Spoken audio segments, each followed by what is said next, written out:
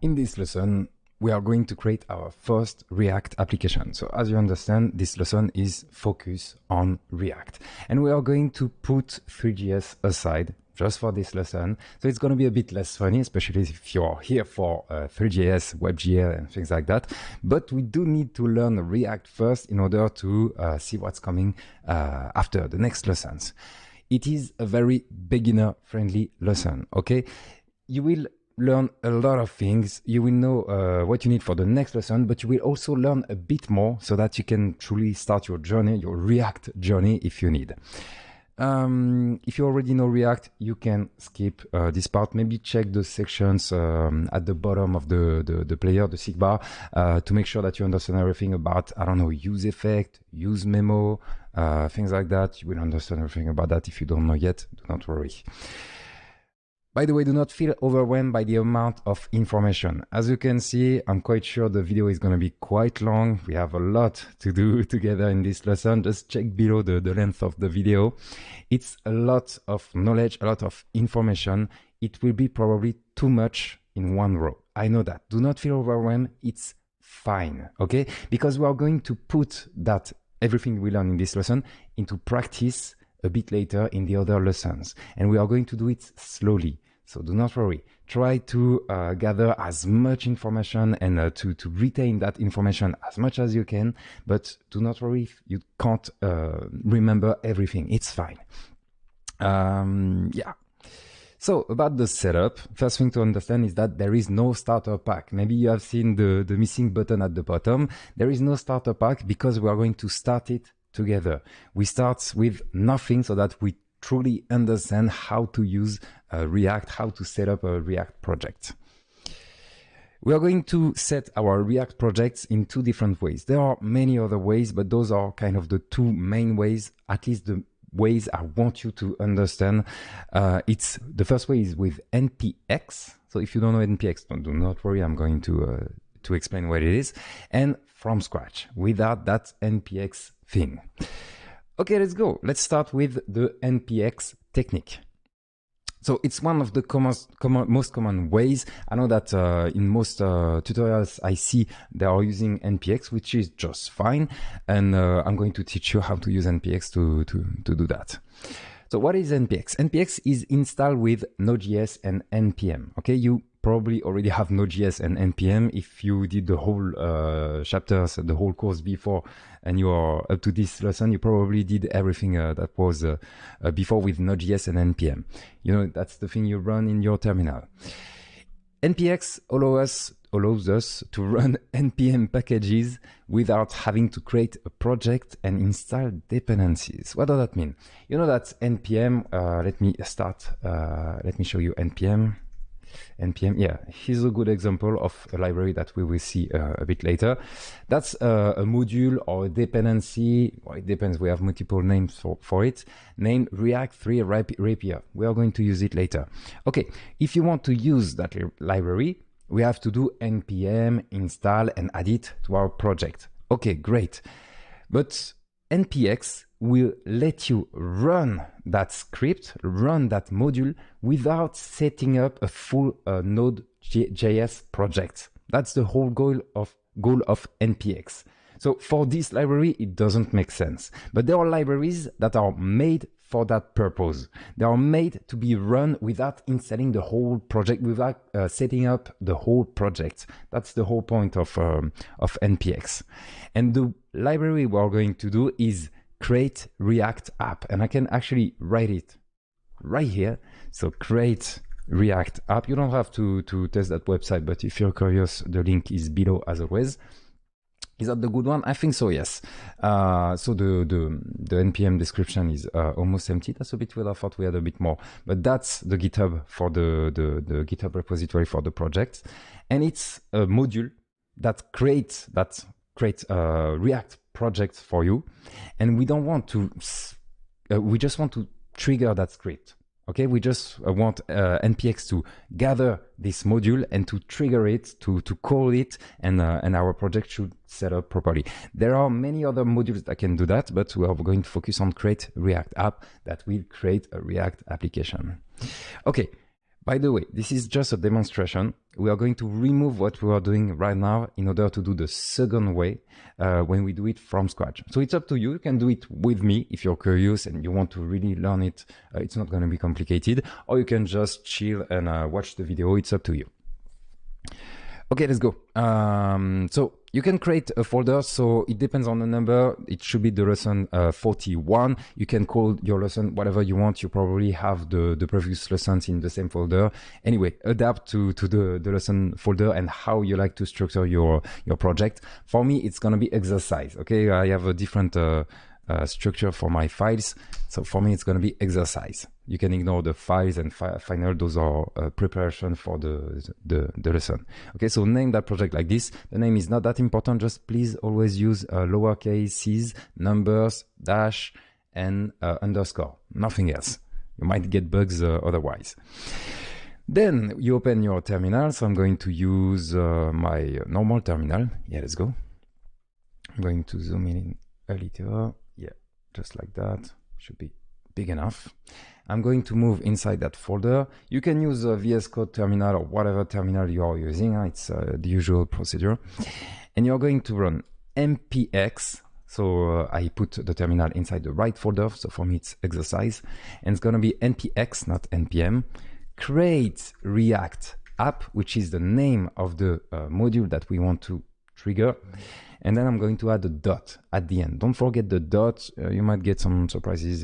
It's a different usage. The dot means that the module must be triggered in the current folder. Okay. Otherwise, if you put, I don't know, like Toto, it will create a Toto folder. So it's not a big deal. But I want the React application to be created right here. Okay, let's go. Yeah. If you've been asked if you want to install Create React App and you have the version that is shown to you here, you can decide to do yes. Okay, it's just asking, do you really want to install that Create React module? Yes, that's the whole point. So let's do it. You put yes, so Y, and you press enter. And you wait a little. Should be kind of fast. Or wait, actually, I think it's quite big. So that's the moment you better pause the video. I'm going to do some magic. Are you ready? And it's done. I love editing. So you get a bunch of stuff that are written like to help you start the project. The terminal is now showing you that you can do npm start, npm run build. If you're curious, just read that part, but I'm going to explain to you right now anyway. And we can start the project. Well, let's go. We are already in the good folder. So it's in, for me, it's exercise. For you, it's maybe 41 dash, I don't know the name of the lesson. So for me, I'm still inside that folder using my terminal, and I can run npm run start. I'm going to open Chrome on the side and check that out. Terminal I want to access. Yeah, sorry, I never used that terminal on that session yet. And here you go. This is a React application. It's already running. And if you check the code, so I'm going to open VS Code 2 inside that folder. Like this. Yeah, check that. Everything is set. A lot of files. We have the package.json file, package dash log. There is a README. There is a git ignore so that you can already put it on GitHub, GitLab, or whatever. There are some images. Everything is inside the src folder. We have also a bunch of stuff in the public folder. Do not worry. I'm going to explain everything right after. What are those folders? What are their purpose? And it's ready. You can already use React like that. That's why people like this way of setting up a React project. You can just start coding right now. But actually, I don't like it because I spend a lot of time just cleaning up. And I always forget some files. And while you remove them, you get errors. You're not sure that you were supposed to remove it. And at the end, I have almost nothing. So if I have almost nothing, why not create it myself from scratch? And we are going to do that right now. So let's go. Let's see without npx. So from scratch, create the base project. So for me, I'm going to empty it. So if you name it like that, well, empty that project. Maybe you should remove from the terminal. I don't think we need that terminal anymore. So I'm going to close it. I'm going to use the terminal from VS Code right here. So everything here, I'm going to remove it, and I can do it from VS Code. Actually, be careful when you're using your OS to remove files. As you can see, there is a git ignore here, and I can't see it here because I haven't configured my Mac on this session properly, and I can't see hidden files. So if I remove those files, check that, there is still one missing here. So be careful when you remove files. Sometimes files are hidden on Windows, on Mac OS. It can happen quite easily. Okay, so I removed it also in VS Code. The folder is fully empty. We are going to create a Node.js project. To do that, I open the terminal. The terminal is already inside that folder. Okay, just like the terminal I closed, but I prefer to use the terminal from VS Code so that everything is on the same side. Sorry. And I'm going to do npm, not npx, npm. I don't have a lot of room. init-y.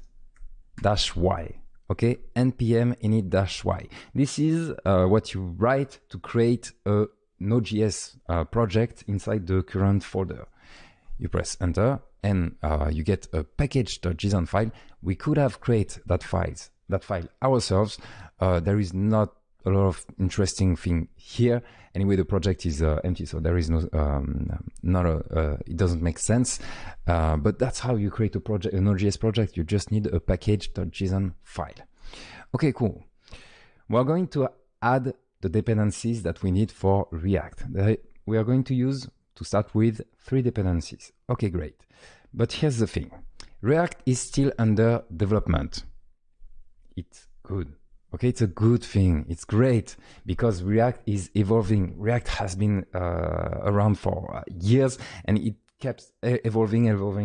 That's good. A good thing because it gets better and better, easier to use, more features, etc.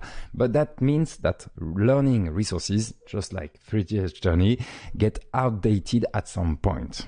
Okay. And it's not just React, it's all the libraries we're going to see after. Even 3JS, I'm keeping 3JS up to date. It's not that easy because sometimes the code breaks, but I want you guys to have the latest version. But for React and for the many libraries we are going to see after, it's too much because things are evolving too much. So we are going to force the use of very specific versions of the dependencies, okay? For React, we're going to say we want that version of this dependency, that version of this dependency, and that version. And later, you will see in the next lessons, we are going to do the same. We are going to force the versions. If you get vulnerability warning when installing dependencies, you can ignore them. It's fine. Most of the time, it's harmless vulnerabilities. It's okay. Don't try to fix them because if you try to fix them, you will get different versions from me, different versions from what you see on my screen, and you will get bugs. But for future projects, you have to use the latest versions because you will have the latest features, maybe better performances, less bugs, and also potentially you will fix those vulnerabilities. Most of the time they are harmless, but sometimes those are true vulnerabilities that you need to fix in order to have a secured website. Okay, great. If you want to update the dependencies, here is an example. So I'm not going to run it because that's just an example. You do in the project folder using your terminal, npm install the name of the dependency, like we used to do, like npm install 3 to install 3GS, and you add at the end at, so a person, no, it's not a person. Well, I said at, latest. This will force the update of the version. If you don't put this, so at latest, it will keep the current version. It will just reinstall the current version, which is not very interesting. So you have to add at latest to install the latest version of the dependency. And you can do that on the many dependencies you want to update. Be aware, you're going to have differences. Your code might break because things have changed. So we have to check the repository, the change logs and stuff like that in order to understand why it broke and how to fix it. Okay, great. And by the way, if you have issues, don't hesitate to ask for help in the 3GS Journey Discord server. Okay, if you try to update the dependencies and you don't know what, you have an error, you can't figure out why you get this error, just ask on the 3GS Journey Discord server. I'm sure we will figure it out together. Okay, great. So the dependencies. I told you we are going to install 3 dependencies to run React. It's not just one dependency. Like years ago, you wanted to use React, there was only one dependency. It's quite different now. We are going to install React, React DOM, and React Script. So I'm going to write it with you. npm install. So we need React, and we need the version 18. React is kind of the core of React. What does that mean? Does it mean that there are separated things that compose the React we want to use? Yes. The other thing is React DOM. DOM, like a DOM element. Maybe you've heard of DOM elements. It's kind of the HTML when it gets compiled. It's what we see when we look at a website, because yes, React can be used for much more than creating websites, and we want to create websites, so we need the React DOM dependencies. And for this one, we need the 18.2. And then we need the React scripts. So React scripts, and it's going to be the version 5.0. Okay, make sure you wrote everything properly, that you have the same version as me. And React script is just common scripts that we need that will do kind of what we do with the previous lessons, you know, having a server running, building for production, things like that. Okay, great. Once you're sure you have the same version, press enter and wait a bit, because all those dependencies need to be added to the project. And I'm going to do a magic trick, editing, and we are done. Great. So if you check inside the package.json file, you can see that the dependencies have been saved inside the project. So we have React, the right version, React DOM, the right version, React scripts, the right version. Okay, all good. Next, to make sure you have the same thing as me. About the script, we need 2 scripts. By the way, we still have the old React version running here, but this is the old React website with npx. If I reload the page, it's gonna break, but it's a cute animation. Let's keep it. We need 2 scripts. Remember, in the previous lesson, we had npm run dev and npm run build to dev to start working on the project in local on our computer, and build to build for production if you want to put your website live. We need the same thing here, and those scripts can be put right here. This is how Node.js, npm, and stuff like this work. So let's go. We can get rid of the test, so I can just do that. We don't really care for testing in this context.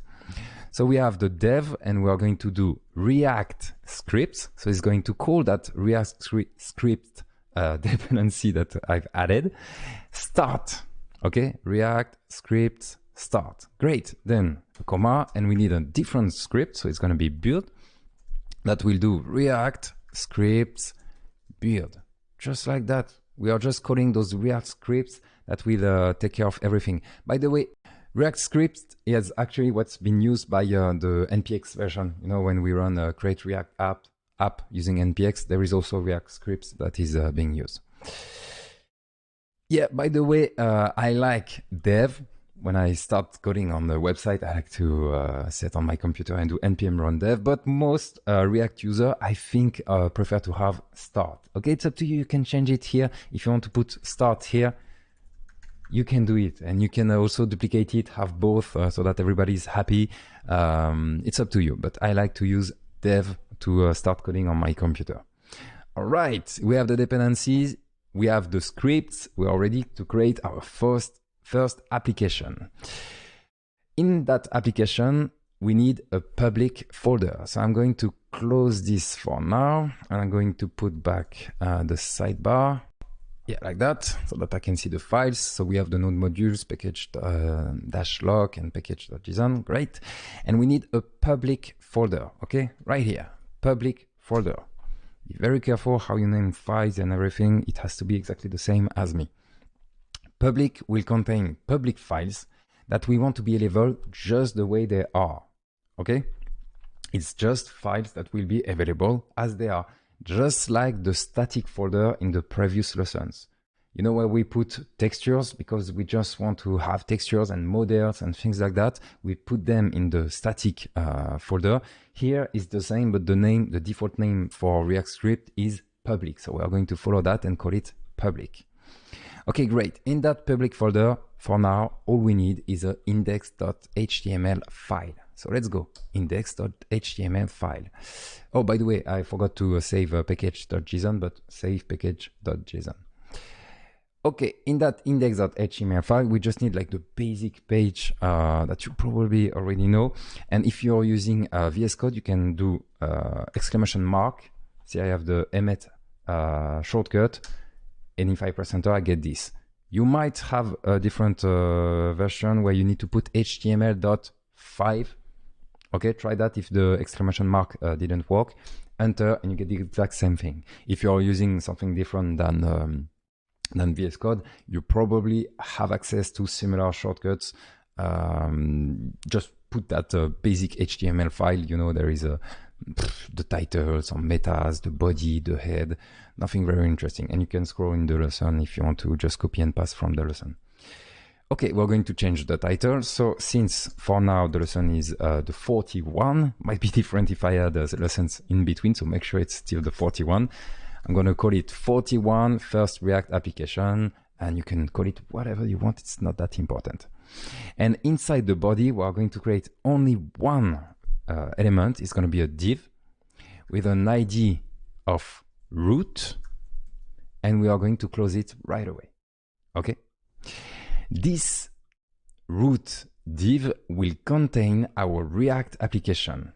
Okay, and we put an ID just to be able to target it later in the JavaScript. Great. Next folder is the src folder. Okay, so src.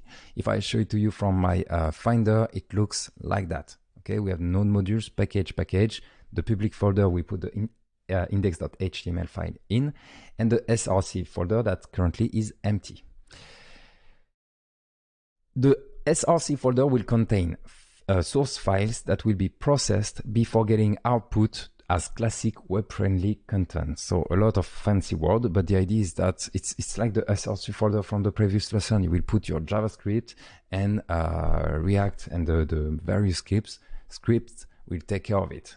Okay, that's all. And we output your application, which will be a website, so web-friendly content. Typically, we are going to put the JavaScript in there. At some point, the CSS.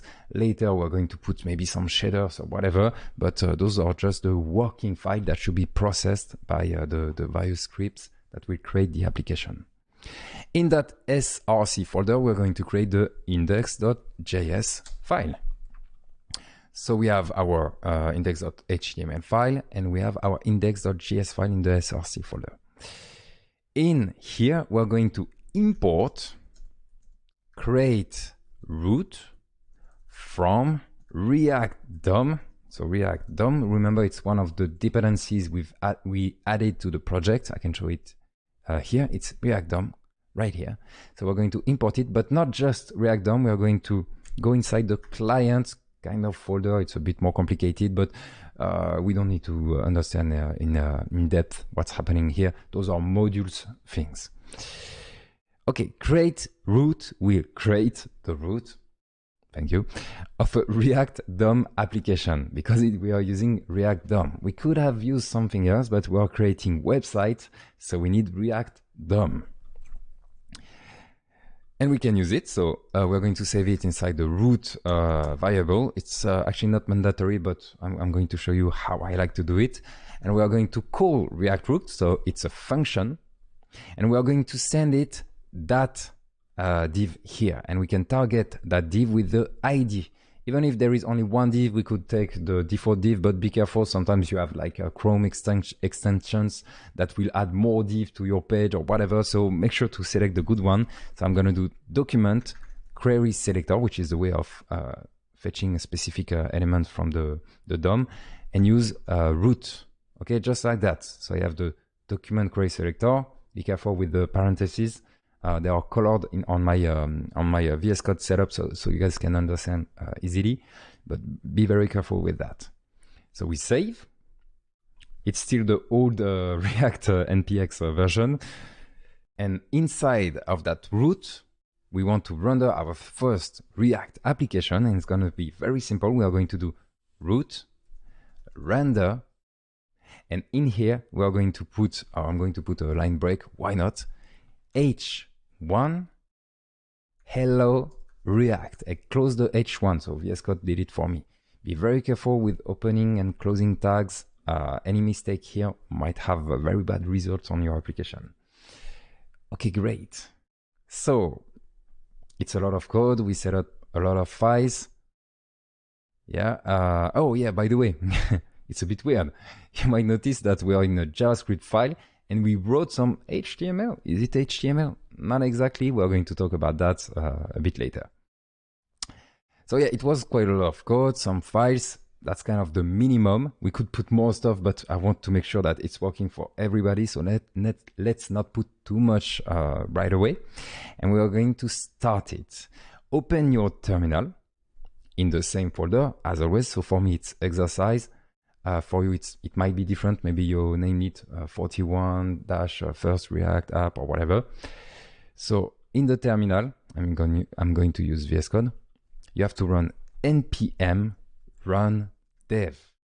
Okay, because the script we chose was dev here, and it's going to start the script of React scripts, and it's going to use the start script that will start everything for us. So let's go. I press enter, and now we have a question that appears. So wait a moment, check that. We are unable to detect target brothers. Here's the thing. The code we are writing here, like in index.js file, as an example, will be transpiled in order to maximize compatibility, and React want to know to which brothers and brothers versions we want our application to work with. So the code we are writing here in the index.js file will be converted to web-friendly assets. Great. But it can be converted to modern web-friendly assets, or it can be compatible with old web-friendly assets for old brother, I don't know, like Internet Explorer or whatever. So right now, React script is asking you, what brother do you want to support for your web application? We don't care. We are doing for modern web. We don't really care. All we can do is press Y. Just press Y. And it's done. By pressing Y, you're just telling React script, okay, we want the default browser, do whatever you want. Don't worry, it's gonna work with most browsers. It's quite compatible. And it ran the script, and it also saved it in the package.json file. Let me show you. It's somewhere over there. Yeah, browser list. See, there is kind of the compatibility things with percentage and not dead. What is that? I don't know. I don't care. Last one Chrome version, you can change it. You can say that you want the 3 last Chrome version. I'm not going to go into details. I don't even know how it works. But if your code suddenly is not compatible with old brothers because your client say I'm on Internet Explorer and it doesn't work, this is where you might have to do some changes. Okay? But we don't really care in this lesson. Great. In case of error, yeah, by the way, it's working. Check that. So I'm going to zoom in a little. So don't be surprised, for you, it's going to be a bit smaller. I'm 50% bigger so that everybody can see even on small screens using the video. So it's working. We have our hello React that is running. So it's not there in the HTML. It's there in the JavaScript. And our application is what we wrote here. And we render inside the root. And the root is this file. And if you check in the console, check that. Here's the root, and our application has been rendered in it. Yeah, you might think, but why didn't we just wrote H1 right here in the HTML? Don't worry, we have a lot of features that are coming that will make a lot more sense. If it didn't work for you, I don't know, you have an error, you have compatibility issues, you have some warning here and there, try to resolve it. Read the messages, and if you can't, just go on the Discord server, ask for help. So the 3GS Journey Discord server, if you haven't joined the Discord, it's the button right above me, right here, I think so. So top right corner of the lessons. And there is a Discord button. You can join the public Discord or the private Discord.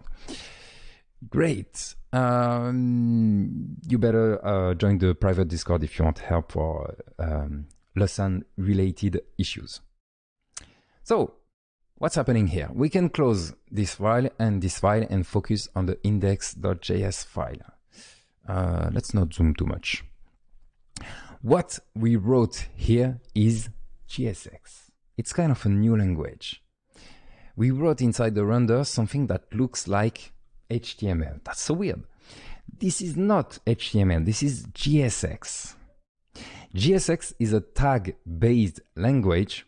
Fancy word, tag-based language, it's just tags, okay? See, I'm opening a tag, I'm closing a tag, this is tag-based.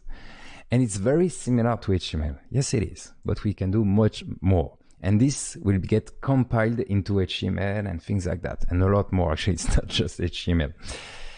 Let's talk about what we can do, what we can't, the various features of the JSX. Because it's kind of a new language, so we need to understand what we can do with that language.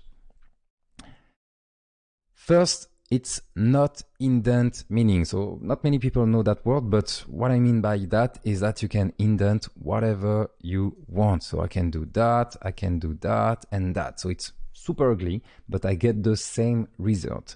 The indent doesn't mean anything. You might think that, yes, kind of obvious, but be aware that some languages are indent meaning. Doing that is different than doing that. And this might break, like in Python. Okay, so we can indent whatever we want, which is great. It means we can indent the right way so that our code is looking good. Always indent well. If you want a clean application, always indent properly. What's inside tags must be indented. If you don't want to put too much line breaks, you can write it like that. It's up to you, but write clean code. You can use 2 spaces or 4 spaces, like that. Okay, and you can configure VS Code, so I don't have the status bar, but if you're using VS Code, it's right below. Here you can choose how many spaces you want for indenting. I like 4, even if it takes more room. I like 4 because, well, I think it's easier to understand the code when I have 4, but it creates long lines. It's up to you, just keep always the same way throughout the whole project. When you do a render, the render needs to contain only one element. What does that mean exactly? Well, you can't do, I don't know, like this. Hello again. And I get an error. By the way, the errors are being displayed in kind of a new way, straight on the page, which, why not? You know that it's broken. But if you check the console, I think you get an error too. Yeah, you might need to reload. We are going to talk about that later. But as you can see, there is an issue. Module build fail, compile with problem. Well, the error was that I'm a bit too zoomed in. So for you, it's gonna be a bit easier to understand. But you can only have one child inside the render. Okay, right now I have two children, sorry, it doesn't work, 2 child. But this element, this top element, let's call it the top element, can have many children. So if I want a div, so if I wanted let's say a paragraph with my h1, so I can't do that, okay, lorem ipsum, I can't have this, but what I can do is have a div on top of it, just like that. See? Now I have the h1 and the p, and I put them inside the only one top element, which is a div. The render only have one child, and it's a div. And yes, you can put children inside children. Like if I want the ipsum to be in a strong, so in bold, I can do like that, and now the ipsum is in bold. Okay, great. If you want multiple elements without having one main parent, so okay, I resolved the problem of having the h1 and p, but I had to put a div, which is a bit sad. What if I want not to have a div element on top of it? I can use a fragment. Check that. I'm going to remove the div and remove this, and it's empty, but this is working. And this is where it starts to be different from traditional HTML. Check that. Seems to be working just the same. And I'll check that. So I have still my root element, but I have the h1 and the p directly inside the root element. I can show you the previous one. I save. Now I have the root element. Inside the root element, I have a div, useless div. I just wanted my h1 and p, and now the h1 and p. And now with the fragment, I have this, the root element, the h1 and the p directly inside the root element. Okay, great. We're going to use fragments quite a lot. It's kind of a container that won't result in a DOM element. Next, again, a lot of knowledge, a lot of information. Just gather as much as you can, and we will put that in practice during the whole lesson and the next lessons. No auto-closing. What's that? If you want to add, let's say, a line break, like right after the dollar word, like here. If I put a PR, just like we used to do in HTML, you can do that in HTML, but as you can see, VS Code doesn't like this. I have some red wiggles under it, and if I save, I get an error. Okay? Because this assumes that it's auto-closed because it's a BR. JSX doesn't care about that. You need to be strict in your way of coding. If you open something, you have to close it. But you can use auto-closing too, but you have to specify it. You have to add this slash, okay? And now it's working. So I have lorem ipsum dollar, and here I have a line break, okay? So no auto-closing, no auto-closing like this. You have to put the ending slash. I don't know the exact name. Also, what about reserved keywords? Right here, this is still JS. Okay, I know this is JSX, but this is a JS file. And we can't use reserved keywords. What are reserved keywords? Well, those are keywords like, I don't know, const. You can't write const that easy. I mean, you can write const like this, but you can't write, let's say, class. Yeah, that's a good example, class or for. If you want to, let's say, add a class to the H1, if I do class equal, I don't know, I want a main title, something like that.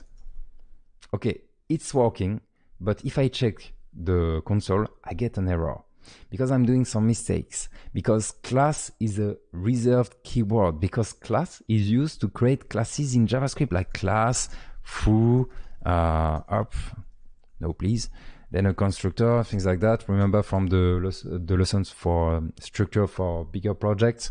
I hope you did it. It's like this. We create a class like this. So class is used to create classes.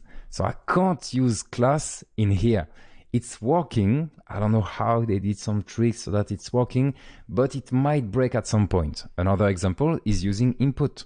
So if I create an input, it's a checkbox, and I create a label, spoiler alert, that checkbox, check what I get.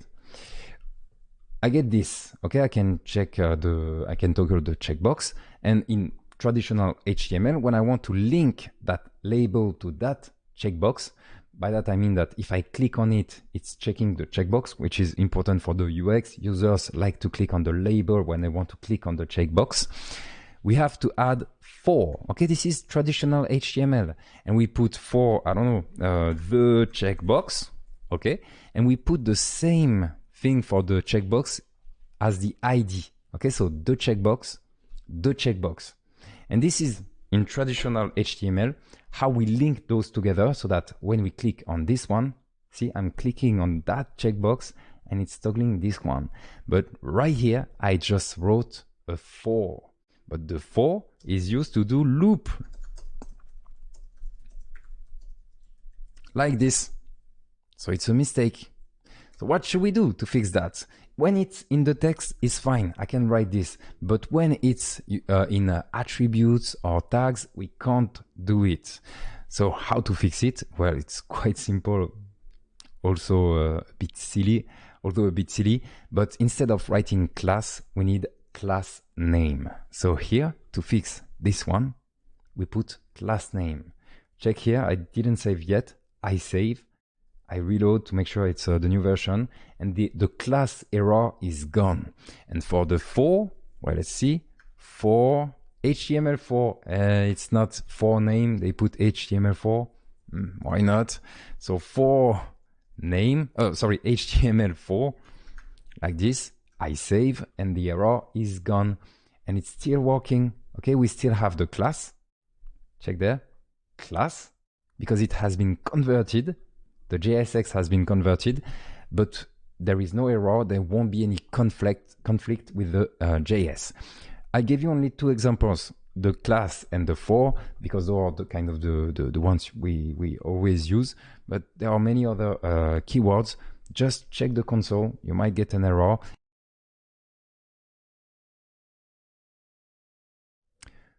Next, we can use single quotes.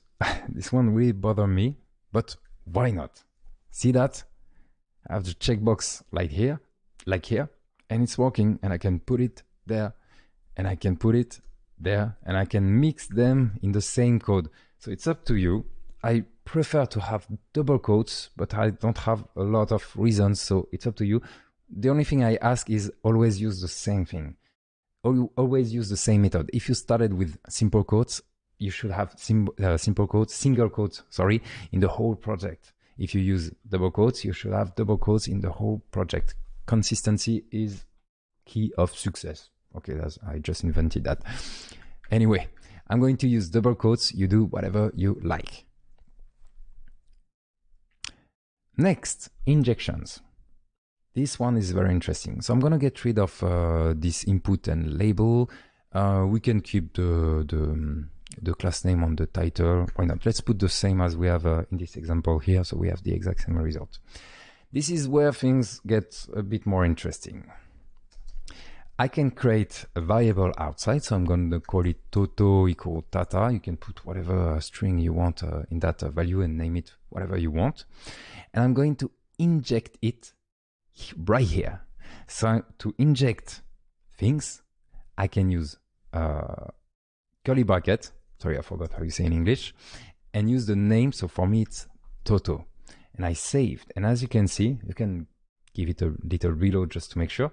I have the Tata that is happening here. And if I put something else, like something else, I get something else. Interesting. So we can put things like JavaScript in here. That's weird.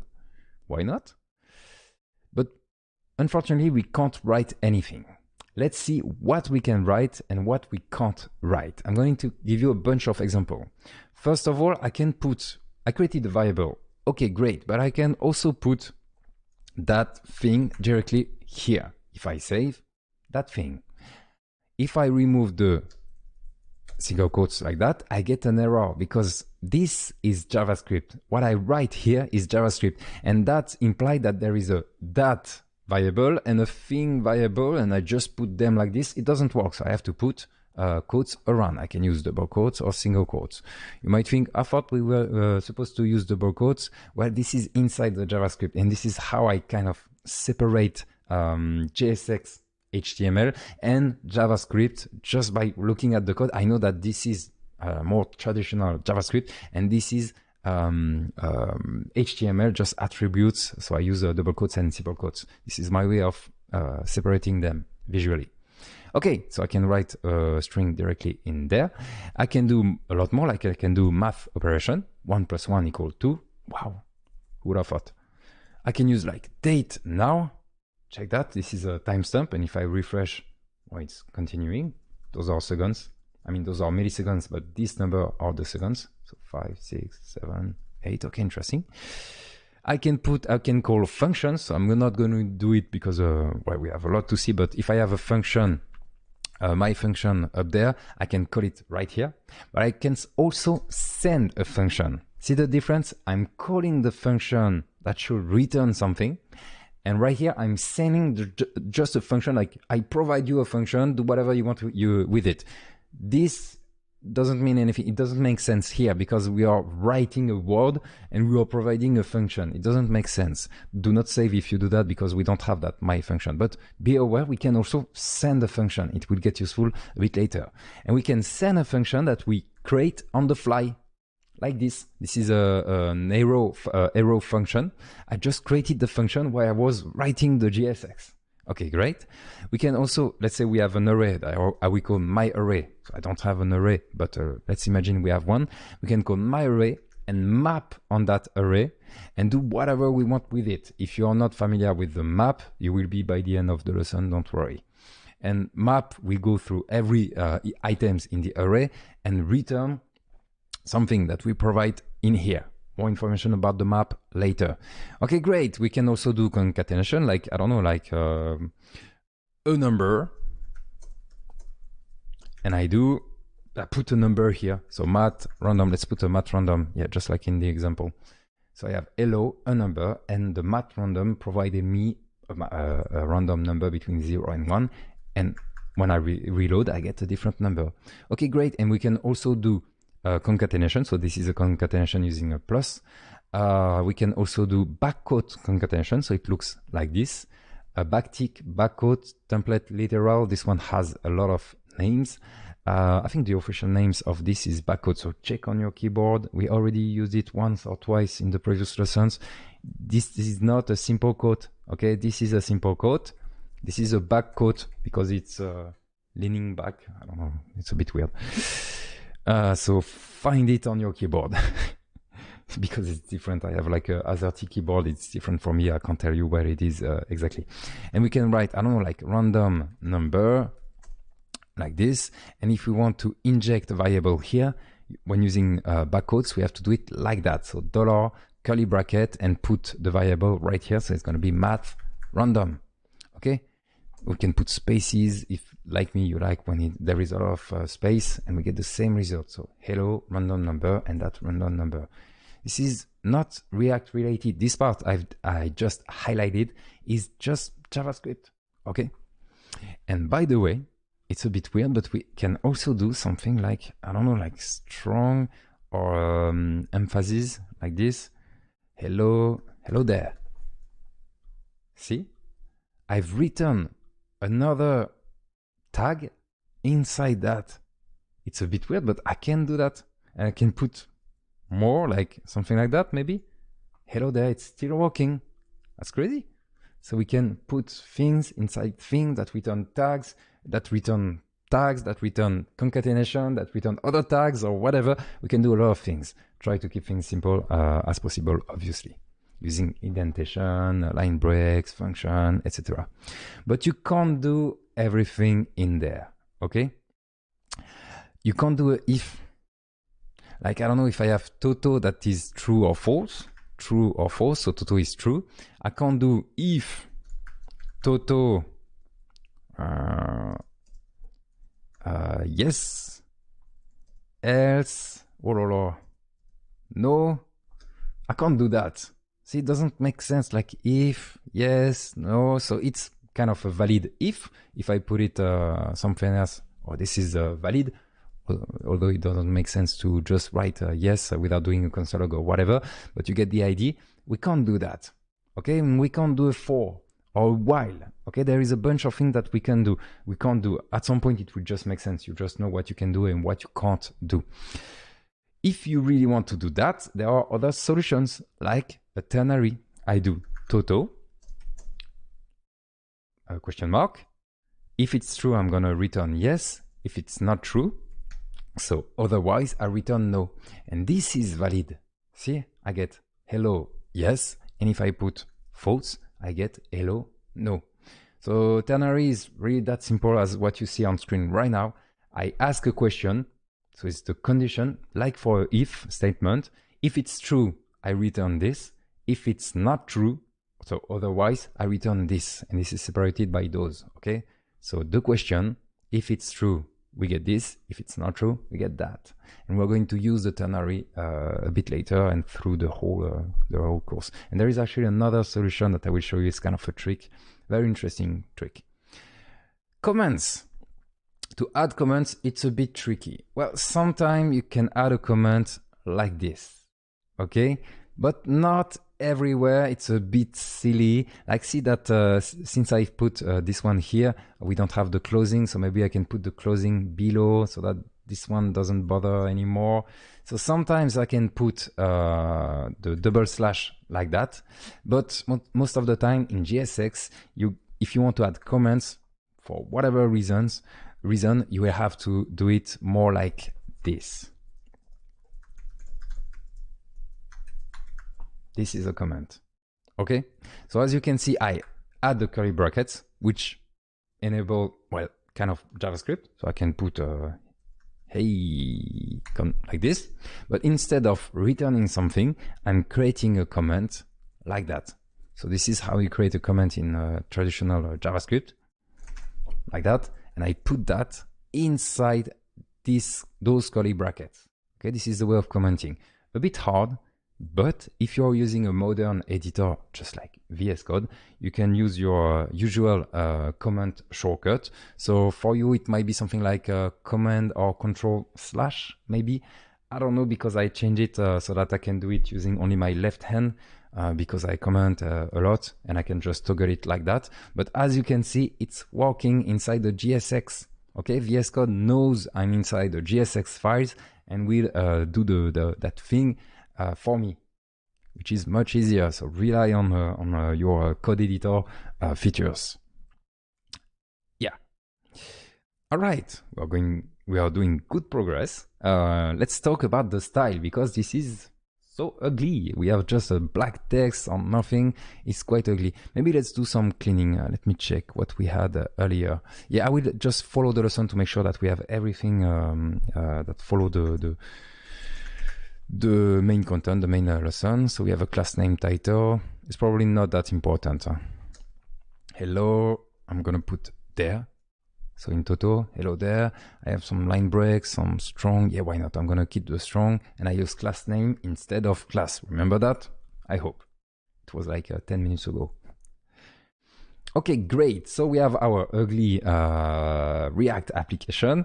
We need to add some style so that it looks a bit better.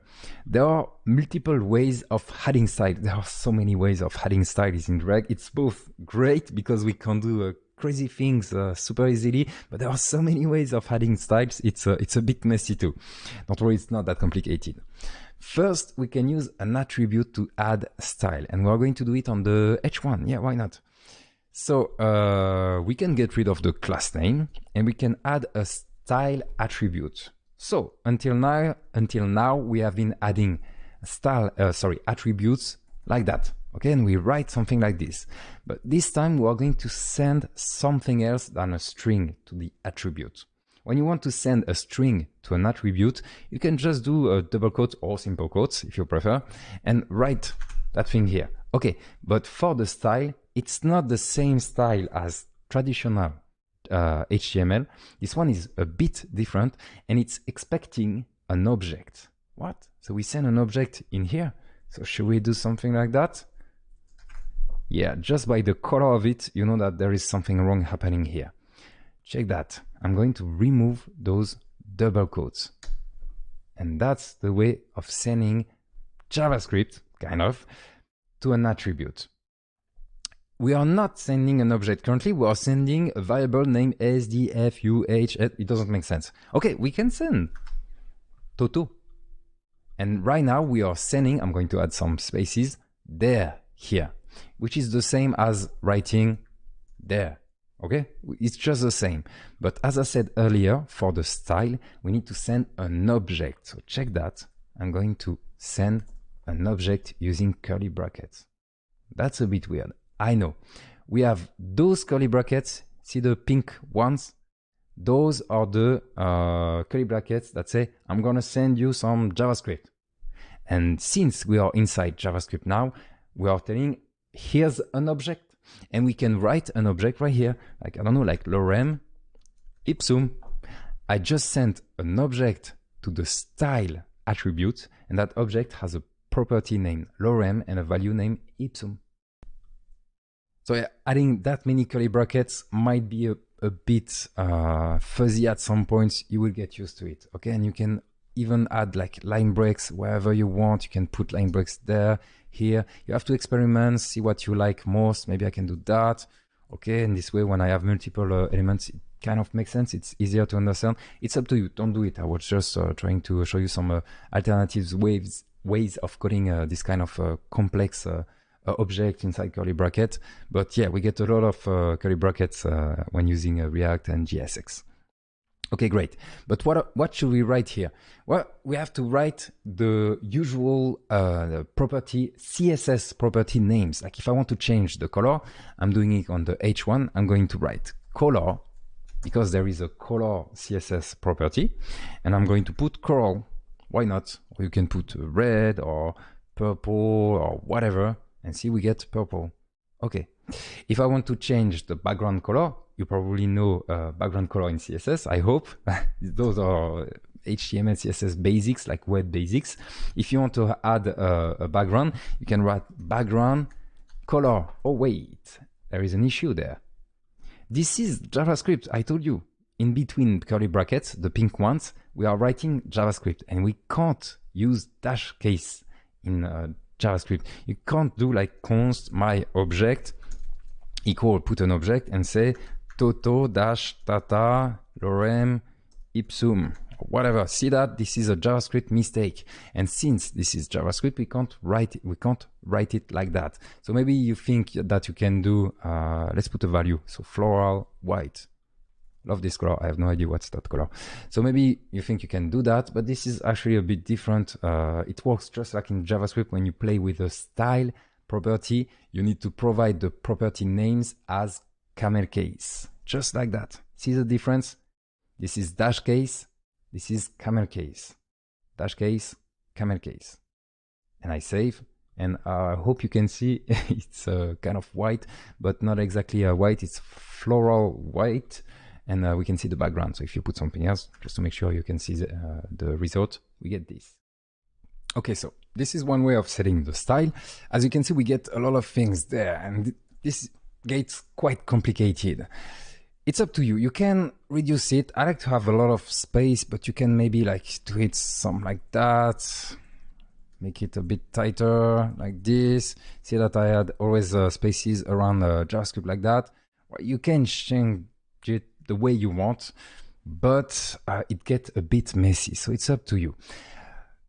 This way of setting the style is usually for like properties, CSS properties that vary. Like, I don't know, if I have a color that is defined here, I don't know, like red, like here, and I can inject it right here. Okay, so it's been injected from the JavaScript. So now it makes sense. For more just visual style, because you want, I don't know, a border radius here, a color there, and it's going to be always like that.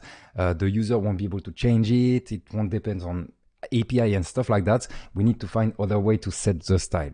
Otherwise, it's going to be super messy. So we need to fix that. Okay, so get back to what we had right before. Yeah, hello there. Okay, perfect. So let's see a different solution, which is actually a lot more simple. We can use a CSS file, so a traditional CSS file.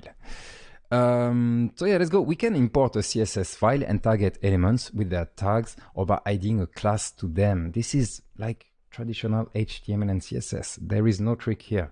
Really, it's just the usual way.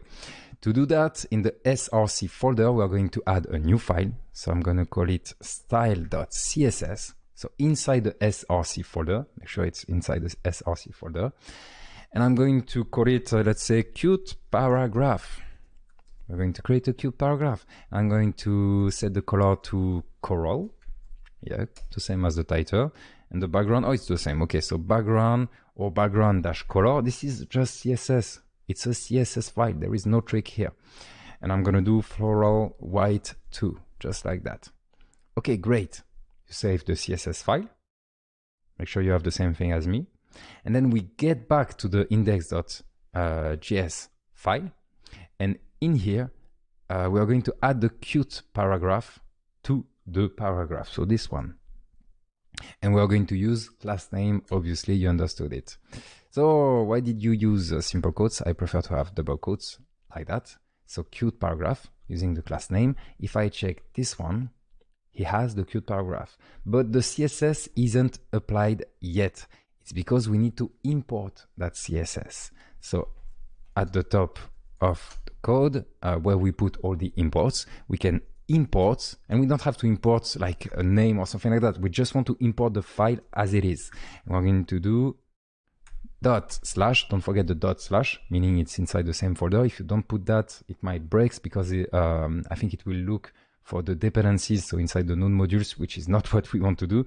We want the dot slash style.css. I save and check that it's working. That easy. We imported the CSS file and everything that is available, like, I don't know, the cute paragraph, we target element with the cute paragraph class, and we have a class, a cute paragraph class on the P. So the P now has the proper class and the proper style. Yes, this is made possible because of React scripts and the default configuration, okay?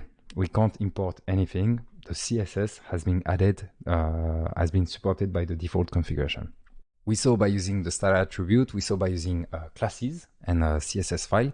And there is a third way I want to show you. I'm just going to talk about it. It's by using CSS frameworks. You can also use CSS frameworks, and one kind of famous one these days that a lot of developers are using is Tailwind. There is many more frameworks, but this one is kind of trendy. And I've tested it, it's really cool. And you just add it to the project, so you will do it yourself if you're curious. I'm not going to do it with you because we are doing WebGL. It's a bit too far away from the main topic, but you can add Tailwind to your project, and then you add a bunch of classes inside the JSX, and it just looks good, and you have some animation to explain to you what's happening, and it's super cool. Okay, you can do responsive stuff, etc. Great. Finally, understand that you can mix all those techniques. Just like we have the style and the CSS file, you can mix them all the way you want. Usually, you use the style for values that are injected from the JavaScript. Okay? You use class names. You can use a framework, CSS framework like Tailwind to do the global look of your app. And if you want to target some very specific stuff in your app, you can use class name and use your custom CSS file. It's up to you. Do whatever you want. We're not going to spend too much time on the style because we don't need that much style changes when we do WebGL, because we're going to really have like full canvas most of the time. Most of the time, you will see there is a lesson where we need some CSS. Okay, great.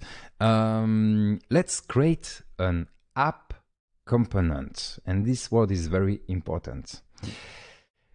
Currently we are writing everything inside that JS file and inside that render. Just imagine having a full website inside this file here, inside this function. It's too much. We need a way to separate our application into smaller parts. Just like we did in the structure for bigger projects, we separate into multiple files. We used classes. In React, we're going to use components. The first and main component we usually create is the app component. You can call your components the way you want. Okay, you can use whatever name. If you want to call it Jeff or Timmy or whatever, you can do it. But usually, the first component is the app component. It's kind of traditional. Do whatever you want. So how do we create a component? We're going to create a lot of components, so follow this. You create a new file inside the src folder, and I'm going to call it app.js. Okay, app with the uppercase A. Inside that app, we're going to create an app function. This is just a function. There is no trick. It's an app function. And we are going to export that app function and choose default. Oh, why did I wrote that? Default. If you don't understand what I just wrote here, go check the structure for bigger project lesson. This is how we export file. The default means that it's the default thing that will be exported from our file. We can export multiple things. Later at the final lesson, I think we're going to export different things from one file. You will see how it looks. But right now, we just want our app.js file to export by default this function. Okay, it's just a function and we export it by default. And sometimes you can see it like that. This is exactly the same. We create the function, then we export it as default, or we just export by default the function right here. You can also do that, but having the name here is useful when you do errors. You will get the name of the component that is triggering the error inside your console. Okay, so it gets a bit easier to debug. So I like to always name my functions when I export that. So this is how we create a component. It's that easy. Crazy. Obviously, we're going to put some stuff here, but when using React, at least this version of React, because we didn't have this long ago, it's that simple. Okay, what do we do next? Yeah, I already told you this. In here, we're going to return something. So return, I'm going to return a h1, and I'm going to put my application. Just like we had JSX here, we can have JSX here. We're going to change a lot of things here. Don't worry, I'm going to show you a lot of things. Back to index.js. Okay, we are done with our first component. It's that simple. Back to index.js. We're going to import that app from app.js, and I'm going to put it, let's say, there. I like to have the style at the end. I don't know why, so I'm going to put it there. App from, don't forget the / app.js. Okay, and if you log this, check that, we can see what we wrote here. So we have a bunch of more things that are being added. It's because there is Webpack running in the back, some transpiling things happening. We don't really care. This is our app function that is being returned here. Cool, let's remove it. Remove the log, I mean. And now we want to inject it in our application. And we can do that. So I have a div, I don't know why. Let's put back the div, it's not that important. We're going to get rid of it soon, you will see. And if I want to inject my app in here, I can do a tag using the name of the component. Remember, this is our component. It's just a function, but by importing it, we can now use it like a tag. Be careful, the A is uppercase. So I just saved, and as you can see, I have my application right here. That's great. Separating your application in multiple smaller parts is so easy when using React. You can just create a component, so a part of your application, just like that. And we named it app, but you can name it the way you want. Let's talk a bit more about how we inject our custom component in the JSX. First of all, doing that, enable the duplication of it. As you can see, I now have a bunch of applications in the same page. Doesn't make sense, but later we're going to use that and duplicate things by just creating new tags, and it's that simple. Okay, when there is nothing in between the opening and the closing, we can close it ourselves, so kind of auto-closing using the slash, and it's still working. You can't do that. Okay, if I save, I get an error. I have to open it and close it, or use that slash to close it. Okay, if there is nothing in between app opening and app ending, you can close it like that. But if you have something in between, like this, I don't know, where am I? Like this. Okay, where is that text? I don't know. It's not working. There is something weird happening. Maybe you were expecting to see it inside it, but check that. The app is just returning an h1. There is no mention about that content here. So it seems that we can't get it. Do not worry, we can get it. But we are going to do it later in the lesson. So we can put stuff in between the opening and the closing tag, but to get it, it's easy, but we are going to see it a bit later during the lesson. All right, also, if I remove it, let's see how my VS Code is doing. Sometimes it doesn't work, that's why I'm a bit stressed. If I write, check that, what I write exactly, check my screen. App, like this, okay, this one is working. Sometimes it doesn't work, maybe it's my fault, but sometimes VS Code can't get it. But I wrote app like that, and just app with one P, and in the suggest, I have this one. And I can just press enter or click on it, and it imported it automatically like that. Okay, I do it again. So app, I press enter, and it imported it automatically. And I can close it myself. And when I close the first part, see VS Code is closing when I close the opening, it's closing the whole tag. So it's a bit weird, but Be careful. This is great and not that great because first of all, as you can see, it has been imported, but the JS is missing. This is not a mistake. Maybe your VS Code will act differently. It depends on your configuration, what you already imported. It depends on a lot of factors. But for me, right now, it didn't add the JS, but it's working because JS is kind of the default one. We don't have to write it, but I think it's so weird and it doesn't make sense. Why just for JavaScript file in that case? I don't like it. I want people to really understand that this is a JavaScript file. It can be something else. So let's be precise and say it's a JavaScript file. So I always specify the extension right here. Okay, great. And also be careful with VS Code that always try to close it. When you close it right here, by reflex, you might try to close it without watching your screen and you end up with that.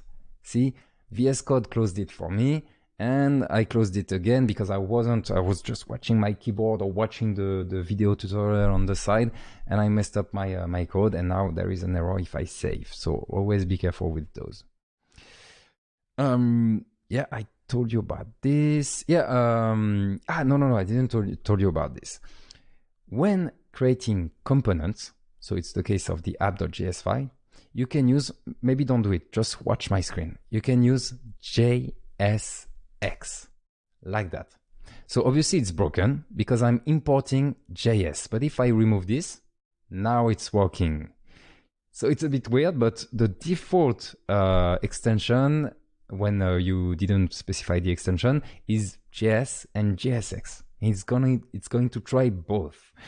I can obviously write JSX and we get the exact same result. Okay, I'm just importing the JSX file and JSX stands for JSX, the language that we have been using, and it's usually what we use for components. Okay, there is not much difference. You can do it. The main difference I see is that we have an icon if you're using VS Code, which is kind of cool. Why not? Other developers that will jump into your code will see that those are components.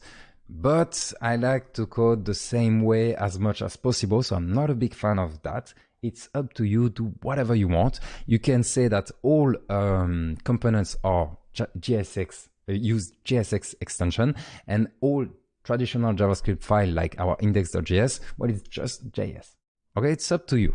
So I'm gonna go back to the JS and change the name here because I prefer this way.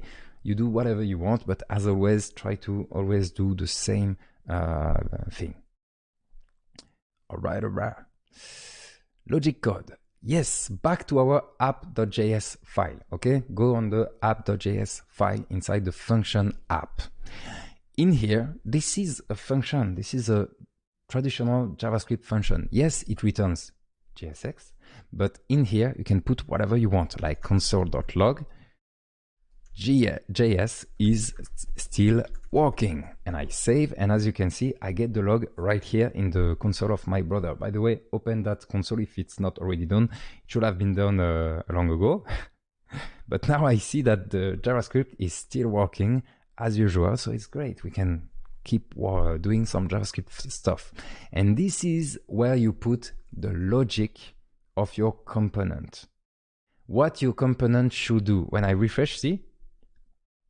This code is executed and I can, I don't know, maybe fetch some content from an API, do some complex calculations, I don't know, play some sounds, maybe intro or whatever. You can put the JavaScript logic here. We're going to do a lot of code in those functions, but that's the idea. By the way, you might have noticed something interesting. There is the hot module replacement. I think this used to be named hot module reloading. I don't know why, but now it's called, or at least let's say it's called hot module replacement. When you do changes in a component. So if I write, just watch my screen. You can try right after, but watch my screen. I have the JS is still working here. What happens if I change the console log? I put, and this is working too. I haven't saved. Check that. I'm going to save right now. Check the console. I have the old console here and the new console here. And I can do it again. I can do it again. And it's working. So weird. Thing is, it's not the way I've configured my console. And you can try it too. You will see that those are being, they stay in the console. It's because the page isn't reloading. Okay, the page is still the same. We didn't see that icon, I don't know, like flashing or whatever, or some loader there. The page is still the same. And this is thanks to the hot module replacement that will dispose of the component, so our app component when it needs to, and then reinstantiate it just the way it did it earlier without reloading the whole page, thanks to React and the many scripts that are taking care of everything. And this is great. This is great because, well, you can imagine that you have, you're working on a website with a long intro animation, or it's a website where you have many forms. You have to fill some forms, some input, some checkbox, and it takes time. And then you want to fix something at the end of the form or at the end of the animation. So you do a small change and you have to do the whole animation or the whole form again because the page reloaded. So it's a mess. With the hot module replacement, you can just change the component you want to change. And that's great. And we're going to use it when we want to move in a React 3 Fiber, so in a Three.js, when we want to move a cube, you move the camera, you check the cube, oh, it's not placed properly. So there was a whole animation with particle and stuff. So and you check that cube, oh no, that cube is not supposed to be here. You're going to change the position of the cube, and it's going to move without you having to do the whole animation and to move the camera, etc., etc. So this is super useful thanks to the hot module replacement. By the way, sometimes it bugs, okay? Because disposing of stuff and reinstantiating, sorry, it's a bit hard, is really hard. And sometimes it's not even possible, like when you do stuff with the renderer and configure the renderer, and if you want to change an option on the Three.js renderer where you have to reinstantiate the whole renderer, well, you will lose stuff. So you can rely on the hot module replacement when you do changes, like, I don't know, I change a color, see I put a H2, and now I have a H2. Okay, so it's working. If you see something odd, like it's not normal, you think, I'm not supposed to have that, give it a reload. Okay, in French, we said, dans le doute, reboot. If you doubt, reboot. It doesn't work in English. It's better to do it in Franglish, let's say. Okay, great. Render. The whole function will be called, so this function, the app function, will be called every time React renders our component. Okay, so everything we put in that function, which can be quite a lot, will be called every time the React thinks, okay, I need to re-render it. Like when I change to, I don't know, I can change to a paragraph, I save, React knows that I need to render that component again. And as you can see, the console log is being called again. So everything we put here will be called again, because there is a re-render happening, a re-render of the component. That doesn't mean that all DOM elements in the page will be re-rendered. React keeps the previous structure in memory, so it knows there is a H1, maybe there is a strong in that H1, maybe there are some images and some, I don't know, paragraphs and table. React will remember this, the structure, using what we call the virtual DOM. We are going to talk more about this later. I'm just trying to introduce you the concept. And we know what to re-render or not. And it won't re-render everything if it doesn't need to re-render everything. So doing changes, I don't know, when user clicks or when some data are happening or every seconds, is not necessarily too bad. Okay? It's okay. Re-renders are happening when data is changing, and this will make a lot more sense later. Do not worry. We're going to make some more complex components, and well, here we go. We're going to create the clicker component. All right, let's create another component. We're going to create a clicker component, so the name of the component is clicker, that will contain a button and a number. Okay? When we click on the button, the number should increment. Okay, that's the idea. We are going to create that. Not very useful, I know, but we are learning stuff. Okay, so just follow me. And we're going to see so many features just with that clicker. You will see, you will understand most features of React. I mean, basic React just with that clicker component. Now would be a good time to practice on your own. Try to create a clicker component and implement it. So just the way we created an app component, try to create a clicker component and implement it inside the app. Pause the video, let's go. And now we are going to do it together. So first of all, we can get rid of the console log, why not? I can give it a little reload just to make sure everything is fine. In the src folder, I'm going to create a new component, a new file, sorry. I'm going to call it clicker.js. In that clicker.js file, we are going to export by default a function named clicker. And it looks like that. Okay, do it slowly. We export by default a function named clicker. And in that clicker, I'm going to return some JSX and I'm going to put just a div with clicker written on it. Don't try to create the button already. Create a very basic component, import it, display it in the app, and then put some stuff in it so that you don't code too much without seeing anything on screen. It's better to have something on screen as fast as possible. So back to the app, not the index.js file. In the index.js file, we only have an app. By the way, we can also do this, okay? And we can also do this if you want. And we can also do this, okay? I'm going to undo and get what we had initially. I think we will play a little with this one later, but you can write it the way you want and you can get rid of useless tags if you want. So inside the app.js file, so it was not the topic. Inside the app.js file, we're going to import the clicker. So import clicker from, thank you VS Code, you helped me a bit, but I don't like the way you write stuff, from clicker.js. Okay, so we imported it. All we can do, and be a bit lazy, so in the app, I'm going to get rid of that title. I'm going to create a fragment like this. So fragment is a container with nothing inside. And here I'm going to start writing clicker. See, and when VS Code thinks, okay, I'm quite sure you want to import that clicker file you just created, you can press enter and it gets imported automatically. And I'm going to auto close it like that with a slash here. And again, I don't like this way of writing, so I'm going to change it like this. I don't use semicolon, and I like to have the extension, and I like to use simple quotes when it's JavaScript. Quite a lot of differences. Here's the thing, VS Code, check the way you import stuff, and the next time we want to import something, it will try to follow the rules you're using, which is quite impressive. I really like VS Code. Anyway, let's save.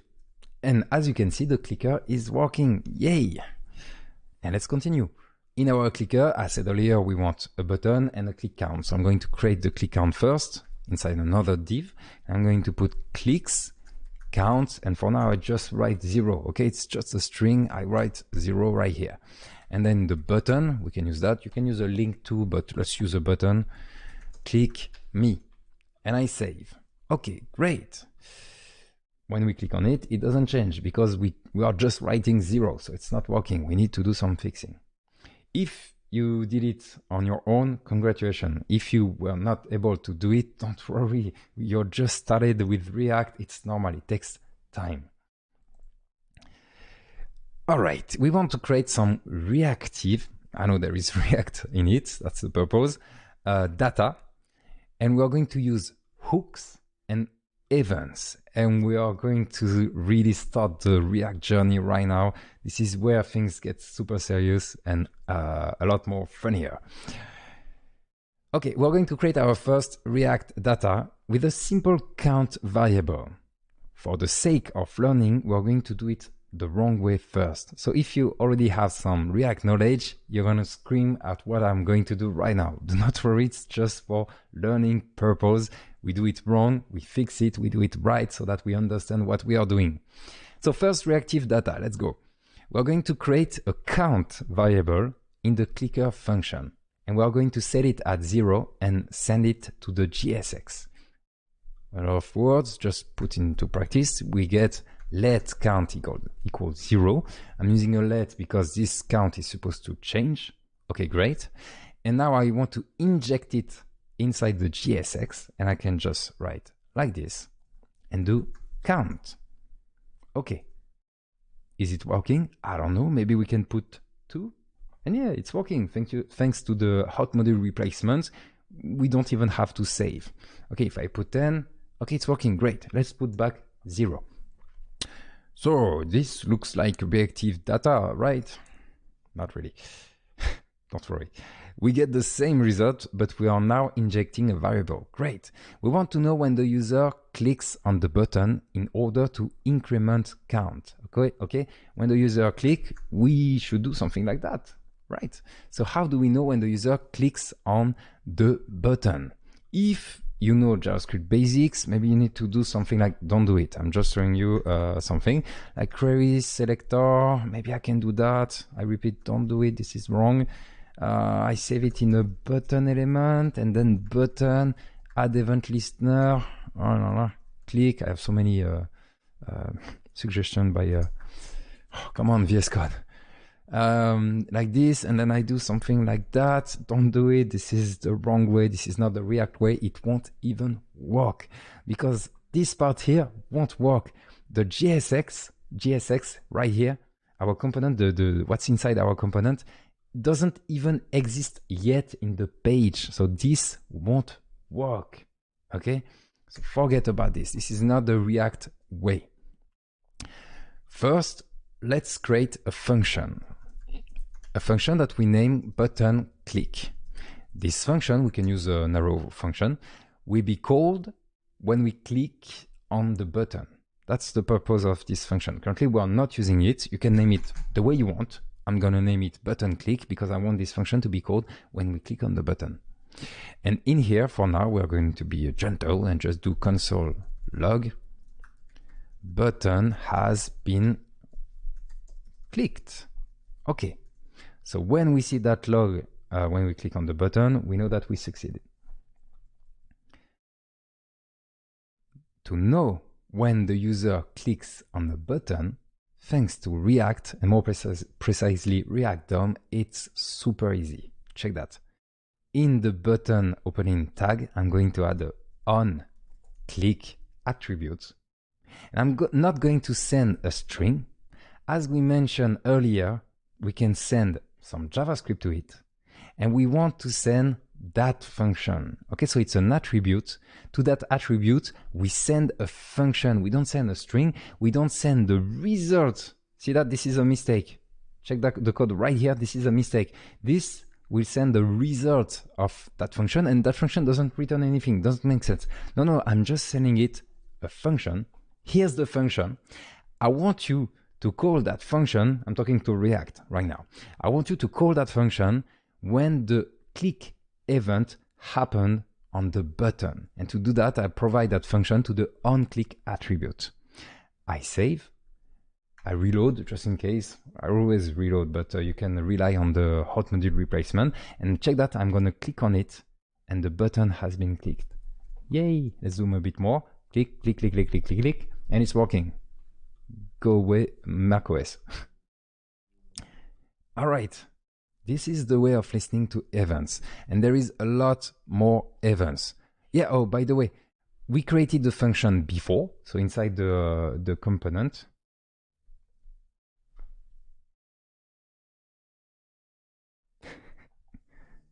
Someone is sleeping really well behind me. So we created the function before, and then we send it here. But we can also create it directly in here. So I know it's weird, but you can create a function in here and do whatever you want. I'm going to do console log to keep things simple and write, I don't know, like poet. And right now I'm click on it, I get the poet. Okay, but it looks a bit, it's easier to understand when you put it like this. So let's get back to the button click. When we click on it, the console log is being triggered. Okay, great. We used onClick.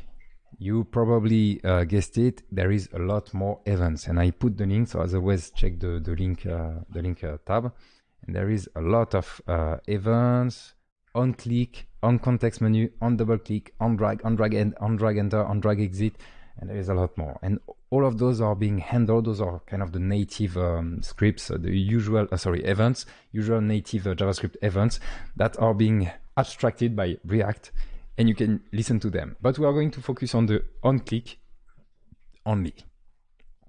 All right, great.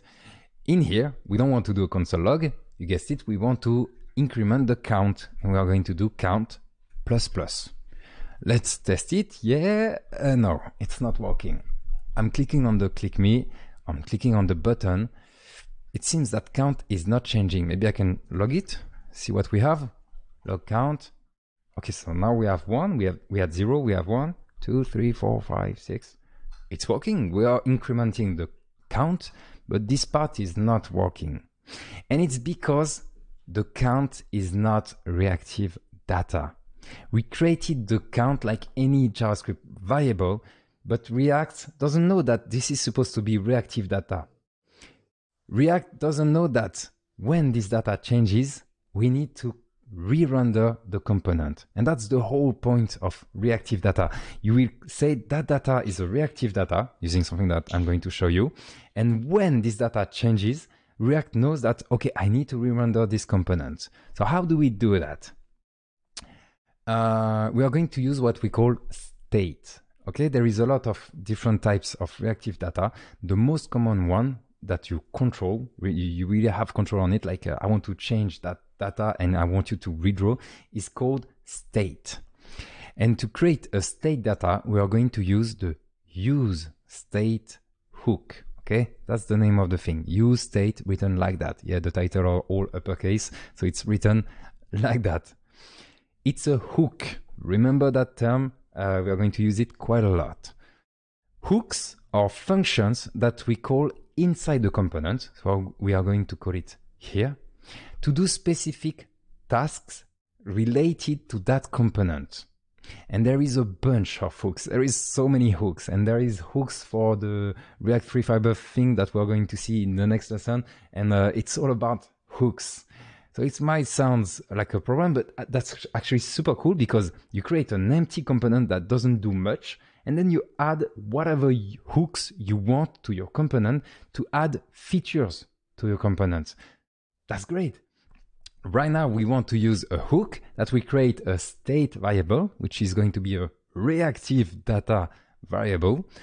And as you can see, hooks start with use. Okay, we're going to see later use memo, use effect, and even later in the next lessons, use what's the name? Use frame, use controls, things like that. I forgot the names, but all hooks are starting with use. That's how you can differentiate them.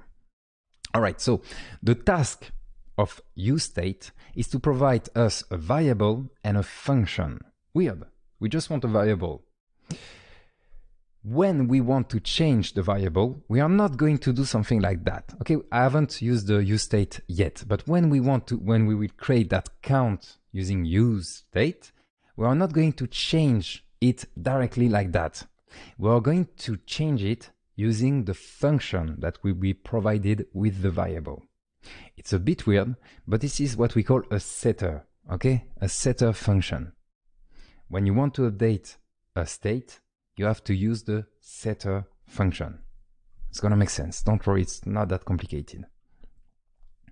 And when we call the setter and change the variable, React will know that it's time to re-render the component. And you will see the count being updated live.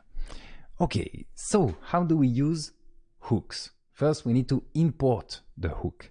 So import use state from React. Okay, it's not in React DOM, React script, it's inside the React dependency. And it's the use state. If you want to import other hooks, you can do use and check those hooks. We have use ID, use effect, use context, use memo, use reducer. Don't worry, we're just going to see the most important ones. But right now, all we care about is useState.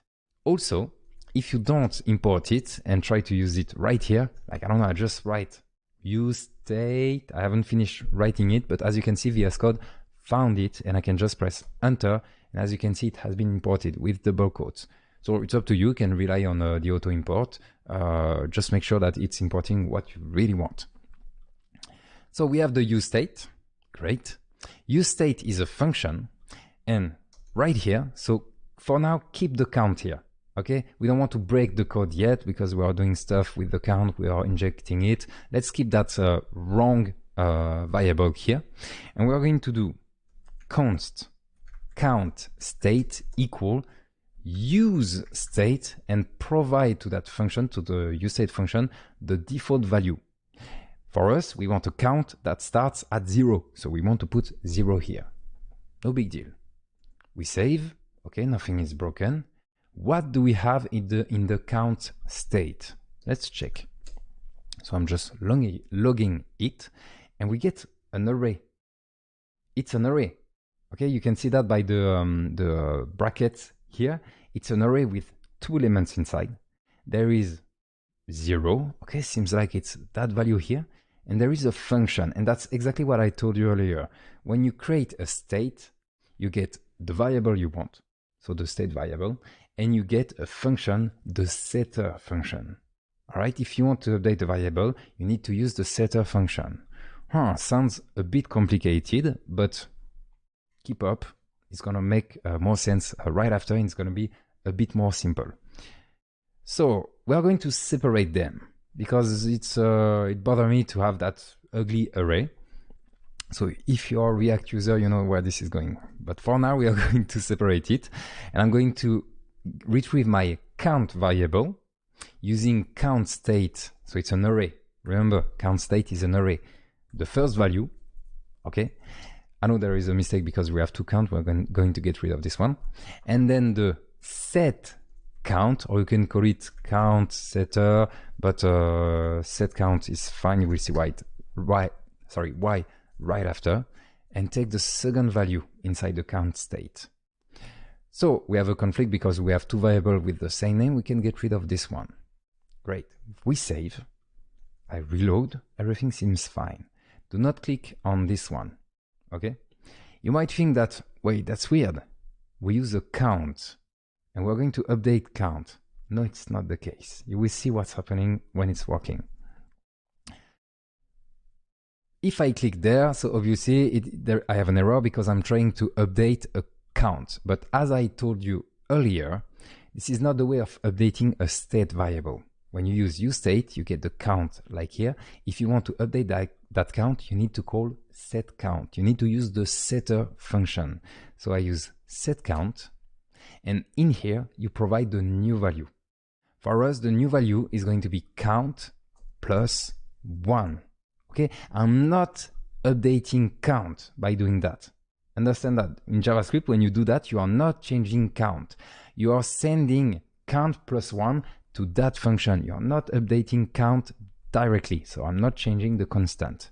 So I save, I give it a reload just to make sure, and check that when I click. Oh, it worked. So weird. And if you add a console log, let me check. Yeah, we can add it here. Console log re-render. Just put that just to see what's happening. I click, so re-render. I should have called it just render. Okay, let's call it just render. So I reload, I get a render because the component is being rendered the first time. Okay, great. And I click, and I get a second render. And I click, and I get a second render. The whole function is being called again. Count now has a new value. And in some magic ways, useState, remember what was happening before, and it just works. It just works like that. So it was a bit long, but don't worry, we are going to fix that. Let me just check the lesson if I'm not forgetting anything.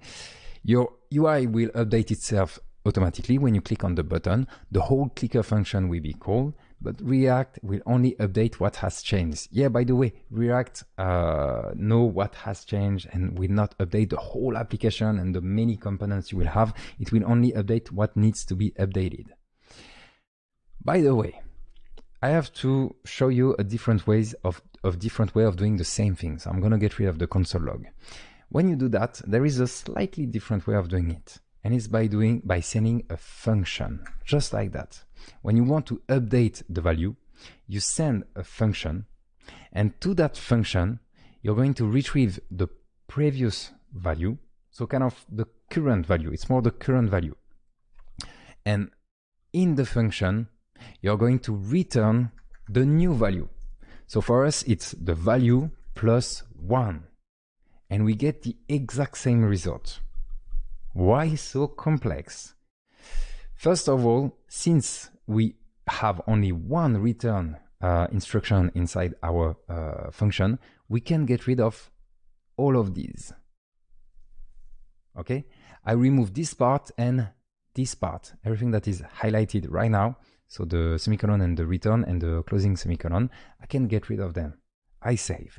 And since I have only one argument in the function, I can also remove this one. This is just JavaScript, okay? It's not related to React. When you use an arrow function, you can simplify it that much. And I refresh and I click and it's still working. So why doing that? Don't worry, we don't do that much. So if you don't understand what I'm going to say, do not worry. Usually you don't need that before quite a long time, and it's very specific to some cases. But it's to make sure that we are using the latest value, especially when you are doing asynchronous behavior, asynchronous function. Like let's say that when you click, you want to do it in 2 seconds. You will do a set, like a window set timeout, something like that. And then you call it like that and you say, I want it in 2 seconds. Don't do it. I'm just trying to explain to you what's happening. If you do the old way, set count value plus 1, this will take the value when the set timeout has been called. But maybe in between, so during those 2 seconds, the value has changed. And you don't know that. Maybe for multiple reasons, the value has already changed. But this one will use the old value when the set timeout has been called. And what will be displayed will be wrong because it will do a +1 on an old value. If you do this way, you are sure to using the current value. So if you have this kind of behavior when you are using a setter that will be triggered after time, like in multiple seconds, after some data has been fetched, after the user has done something, after the song is done playing, you better use this way. All right. And some React users, developers like to always use this way. And I think it's kind of a good idea, but it's a bit more complex and I don't like that for beginners. So that's why I prefer to use this one. And actually during the full chapter you will see after, we never use the function for the setter. All right, that was a bit long, sorry. Yes, that's what I just said. Okay, get back to the initial value +1. This one is working. Let's check that everything is working. No, because it's count, obviously. Good thing I tested this one. So it's count +1. So the count that we get from the state +1. And when I click, it's working. So, as you can see, creating one set variable was quite a lot of effort. As you can see, we have 3 lines of code and it's a bit complicated. But there is a better way of writing it that explains actually why it's an array. It's a bit weird. Why usestate is an array? Why not something else? Well, it's because we can destructure it. Destructuring is native JavaScript behavior. We can do that in native JavaScript, and React use destructuring a lot because it makes the code, it makes more sense. It's super useful to have a small code. So remember that useState is returning an array. If you want to destructure it, that means that you want to only retrieve part of that array. And it works for objects too, but right now we are focusing on an array. We want to retrieve some part of the array without retrieving the whole array. And to do that, check that, I'm going to remove those 2 lines, so count and set count. And in here, I'm going to remove that too. And I'm going to put an array like this. So super weird, but this means for JavaScript that we are doing we are destructuring stuff right here. We are destructuring the array we get from useState. And here we can decide on the variables we get, just simple variables, no array. So we want the first variable to be named count, so the first value of the array will be count, and the second variable to be set count. And you can decide on the name that you want, and check that. If I log it, count, I get the same count as before. And if I log set count, I'm going to put it after, we get the set count, so the setter function. We are destructuring by putting those brackets here and choosing the name we want. If we want to name it differently, like Toto, I put Toto here and Toto here. And obviously it's broken because I put count here, but I can put Toto here. Don't do it. Let's get back to the count. All right, cool. I remove the console log. So as you can see, it's not that big when you use destructuring, and destructuring does work with objects. We are going to see that a bit later. All right. Well, it's working. Congratulations. You made your first reactive data, but we are going to push the concepts a little further and discover much more features. We are going to save in local storage. So I'm going to explain what is local storage, and we're going to use the use effect hook. Again, it's just for learning purpose. It doesn't really make sense to have a clicker here, but we are learning a lot, so that's the whole point. So we would like to save the value so that when the user closes the tab or just reload it, the value is still here. Okay, right now I'm going to reload the page now, and I lost the value. So sad. I wanted to keep my my beautiful click count. So how can we do that? We're going to use the local storage API. Okay, it's a JavaScript API, and you can write it here like window.localstorage. Okay, it's an object, and we have access to methods. Great, set item, remove item, get item. Okay, cool. By the way, we don't have to write a window. We can just write local storage. Window is implicit. When you have something in a property in window, you don't have to write window. Okay. Local storage will save data locally on the computer, on the browser. That's all, so that we can retrieve the data whenever we want. We're going to take that value from the local storage when the application starts, so on the first render. And when we change the value, we're going to save that value in local storage. That's all. Not very complicated, but we're going to see some hooks along the way.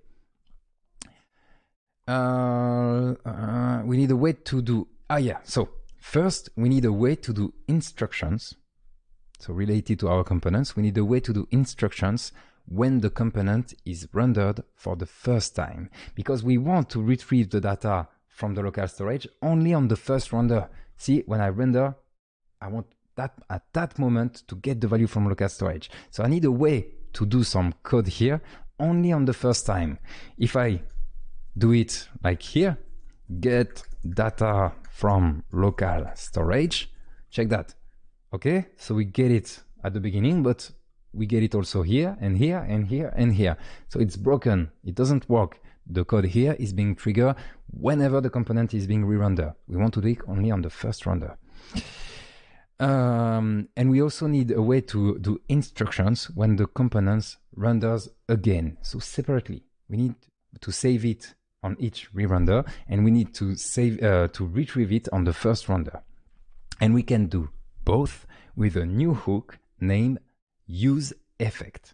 So we've seen use state, that was the first hook we seen together, and now there is a new hook named use effect. So how does it work? First of all, we need to import it. So use effect, or you can rely on the auto import, it's up to you. So I wrote use effect. Use effect is again just a function. See, it's just a function. Let's get rid of that console log. Okay, use effect is just a function, like for the use state. I think all hooks are function in the end, simple function. And we are going to call it after the use state. So right here. Yeah, try to do the same way as me. I'm not sure it's going to mess up with the code if you put it somewhere else. It should be fine, but try to do exactly in the same order as I do. Use effect. So it's a function. We don't need to save use effect in anything, okay? We can just call it like this, and we're going to send it a function like this. Log hello. Okay, check my code. Not much happening. We called use effect, and we send a function. So the function is from here to here, all right? Make sure to have the curly bracket and parentheses at the right place. If you save and reload, okay, it seems to be working. We have the hello that is being called once. And if we click on click me, it's being called again. Okay, for now, not a lot of difference than putting the code right here. Like if I put bonjour, we get bonjour, hello. So interesting, this one is being called after. This is actually kind of important, but let's not bother about that. So bonjour is being called first and then hello. We don't care. We click and we get it again and again and again, both of them. So right now it's not very useful. So how do we use use effect exactly? The log will appear once when the component is rendered for the first time, but also after each change. So when we click on the button, that's what we just saw. To control when use effect is being called, we can pass it an array of dependencies as the second argument. So first parameter we sent, so it's more the parameter, is that function, and right here, so after the function, we can send an array. Okay, and this will kind of tell use effect when we want the function to be called. So what should we put in that thing? First of all, let's just put an empty array. And if we reload, so we have the hello, so it seems to be exactly the same behavior, but we click, see that? No more hello. So before, every time we clicked, we had the function being called, but this time, it's just on the first time. Let's try again. I reload, hello, and I click, and it's not calling the use effect. And that's the whole point. If you want to call a function only on the first render, you just send an empty array, and it does the trick. And if you want to call that function when a state variable changes, let's say our count, so it doesn't make sense because that's the only state variable, but when you will do more complex components, you will have a bunch of state variable, and not just by using useState. There are other reactive variable. You will have a lot more, and you will say, okay, use effect, I want you to trigger that function only when this reactive data changes. So for us, it's count. So we reload. The first one did change because on the first one where 0 is being put on it, and when we click, it changes. So we get kind of the same behavior as the beginning because we have only one reactive data, and it's the count state. So it doesn't really make sense. Okay, great. So now we have control. We can do instructions on the first render or when the count changes. That was exactly what we wanted to do. In that use effect, so put the count. We want to trigger this function when the count changes, because right now we are going to save in local storage. We want to save the value, the count value, in our local storage. I'm going to show you how to debug local storage right after, once we have saved something in it. So instead of doing hello, make sure you have the count in the dependencies array. You do local storage. As I mentioned earlier, you don't have to write window. And we are going to use the set item. Okay, this is the way of saving items inside the local storage. And you need to pass two parameters: the key, because it's a key value thing. So it's kind of an array. You have a key, a value, a key, a value, and you can put a lot of those. For us, we are going to call it count. And the value, well, it's the count. This one right here. Okay. So in local storage, we are saving at the count, in the count box, we are saving the count value like this. This is not related to React. Okay, local storage has nothing to do with React. It's a JavaScript API. Okay, let's save. I click, everything seems to be working, but how do I debug this? You can go on the application tab. If you're using Chrome, you can go on this tab here. So application. If you're using something else, you have access to those too. Firefox has it too. So just find it on your browser, the browser you're using.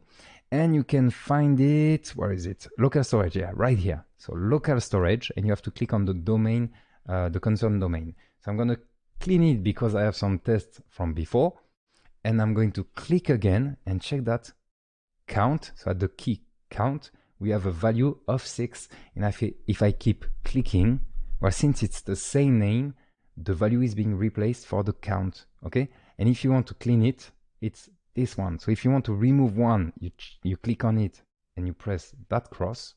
Chrome might have changed for you, so you will have to find the buttons, but for me it works like that.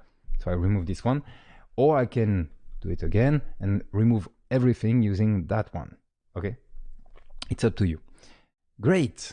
So let's put a value. Tack. So we click on it, we have a value, whatever the value, we don't really care. By the way, you can change it by, I think, double clicking. Yeah, you can double click and change it. And that's it. We are done with the fact of saving the value.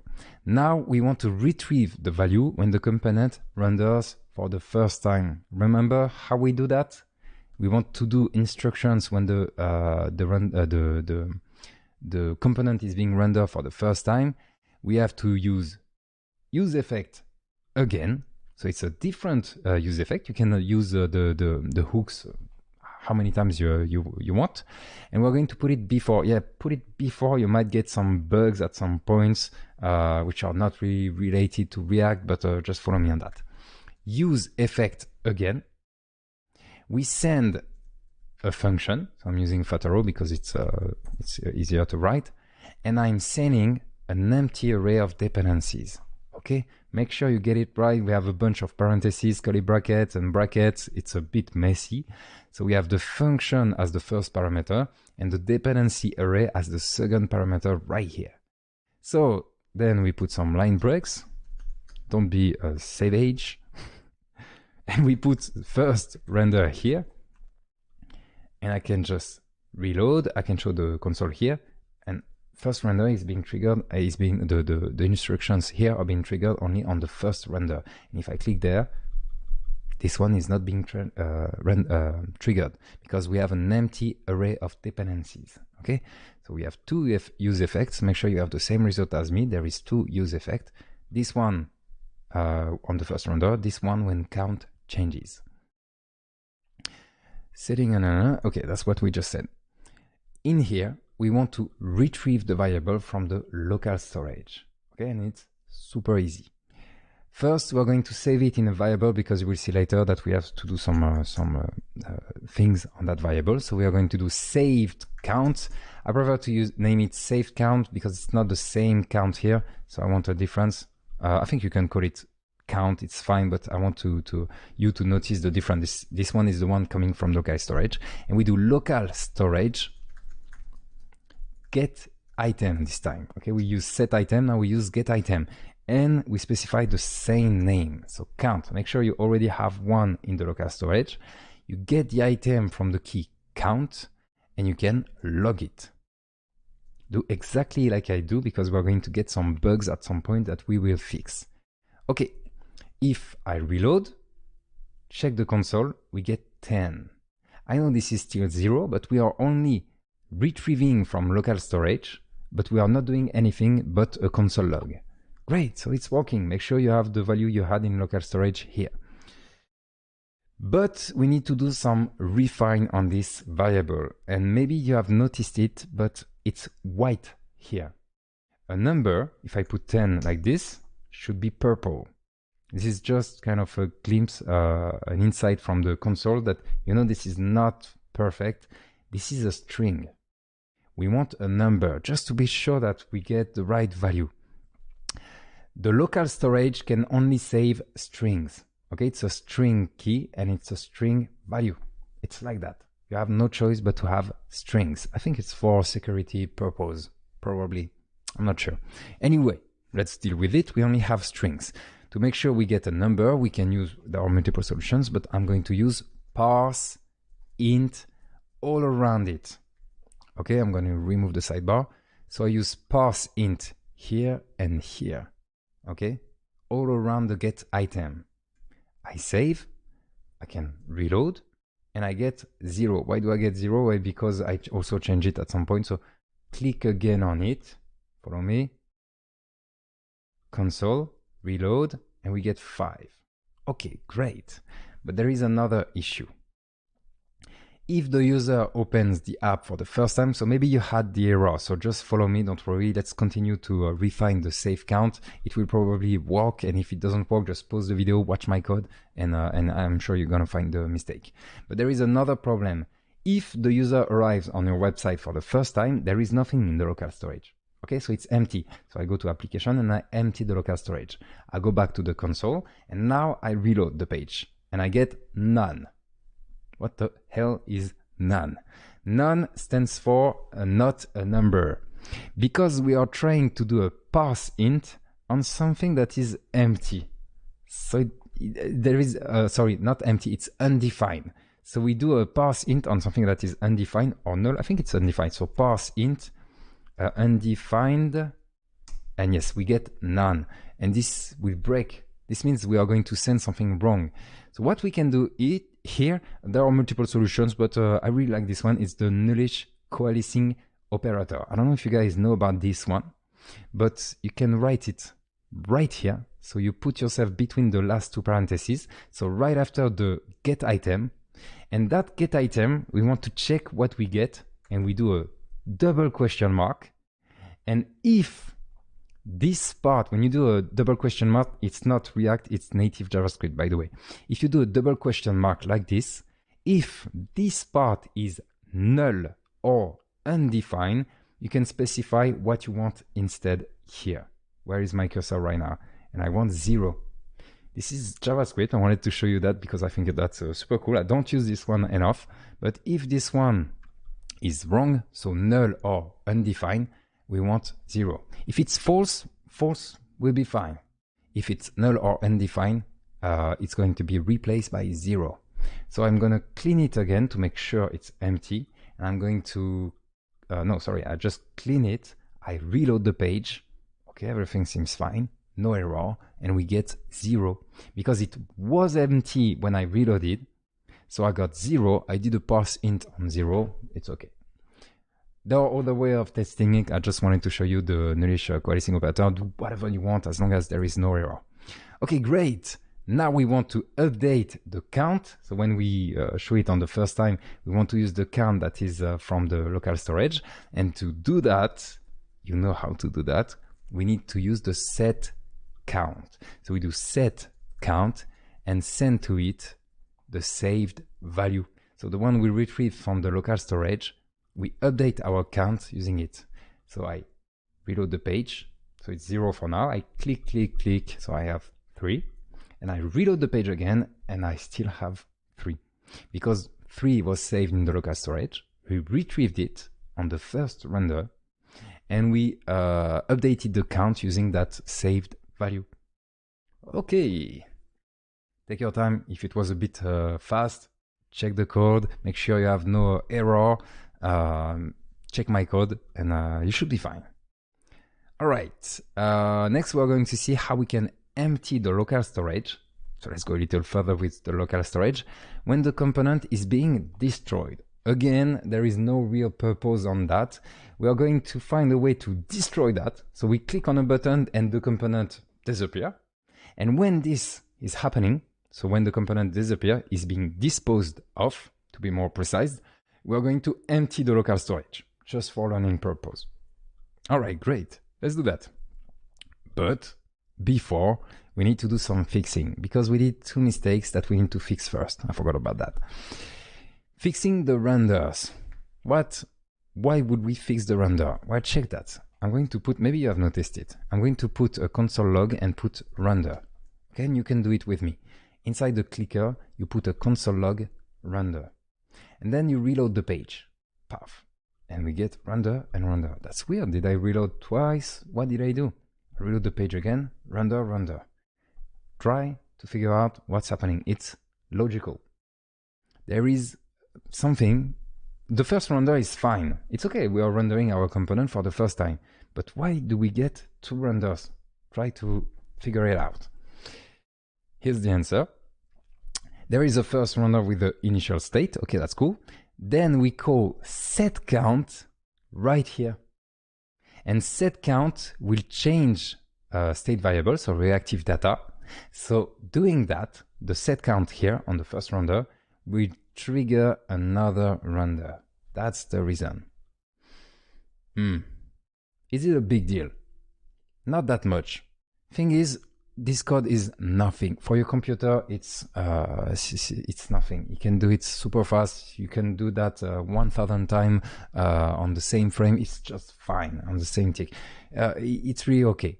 But we need to understand what is happening for learning purposes, and optimize it. It's always better if you can optimize it. Try to optimize it. So it's not a big deal, but still we're going to optimize it. And to optimize it, well, it's quite simple. And we could have done that on the first time, but I wanted to show you the use effect with empty array. So the use effect will trigger on the first render. But what we can do, instead of setting the default value as 0, we're going to retrieve it from the local storage. So this is, check my code, check my screen right now. This is the part that retrieved from the local storage. So I'm going to copy this and put it right here. So the default value of count will be the one from local storage. And we can remove this part and keep the use effect. We're going to need it right after. Okay. So I put the code that retrieves and refine the variable from local storage, and I put it here instead of the 0 that we had by default. And that's all. And you can remove this part. I save, I reload the page, and we get only one render. That was a cool exercise. Try to optimize as much as possible, especially if you're a beginner. Sometimes there is a bunch of renders, and this can have quite bad performance results on your application. So keep an eye on that. Yeah, we did that. Remove what's inside the use effect. We did it. That's great. Okay, cool. We can get rid of this console log right here. And yes, we could have set it like that from the beginning, but I wanted to show you the use effect, and we're going to use the use effect again. So what I said earlier is still true. We want to destroy the local storage. So empty this. So it's like clicking on it, but you don't want your user to click on that when the component, so the clicker component, is being destroyed. And first, we want that a way to destroy that component. In other terms, we want to make the clicker conditional. All right, there will be a condition that we decide if the clicker is visible or not. If the condition is suddenly false, well, the clicker should disappear. And if it's true, it should come back. And we click on the button, it disappears. And we click on the button, it comes back. And you're going to learn a bunch of things right here. So back to app.js file. So follow me, I'm on the app.js file. We're going to create a button that will toggle the clicker. So if we click on the button, it makes the clicker disappear. If we click on the button again, the clicker comes back. First, we need a variable that indicates whether or not the clicker are visible. What kind of variable it is? It's a state variable. And it should be a reflex for you. Like, you know that, okay, you want a variable, and you know that variable will make the application look different. Okay, it's a state variable. You should think of it like that. It's a state variable. If that variable changes, the application changes. Okay, it's a state variable. So let's go. We're going to use useState, and we can import useState. So let's go. Import useState from React. As you can see, I put it before this one. It's not that important. The order of the import is not important. I like to put my files at the end of the imports, and dependencies from node modules imports at the beginning. It's just to organize a bit. Okay, great. Then in here, so inside the app function, we create a new state. So we destructure it from the beginning. We call it has clicker, set has clicker. So it's the variable and the setter for the variable. And we use state, and we set the default value to true, so that by default, we have the clicker.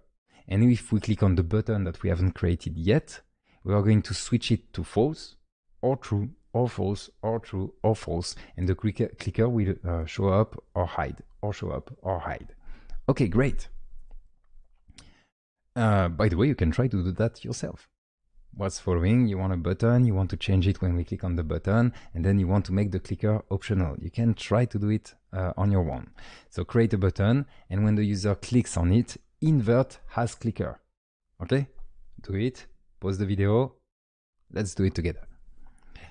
So let's go. I'm going to create a button. I'm going to create it before the clicker. Why not? Yeah, do it, put it before the clicker. You will see why later. It's a bit more convenient. And I'm going to call it toggle clicker. Okay, I have this thing here. I'm clicking on it. Nothing is happening. I'm going to put back the console so that we can see potential errors. Then we create a function. Yes, we could have put the function right here, but let's not be too silly and messy. We're going to put it here. So toggle clicker click. Yeah, why not? I like long variables names. And in here, we're going to invert has clicker. So how do we do that? We call set has clicker, and we send the invert of has clicker. And to get the invert, you can do a exclamation mark, the name of the variable. So it provides the opposite. Doing that, we just provide the opposite. So if it's true, you get false. If it's false, you get true. This is native JavaScript. Okay, so we have the function. We have the button. We want to trigger the function when we click on the button.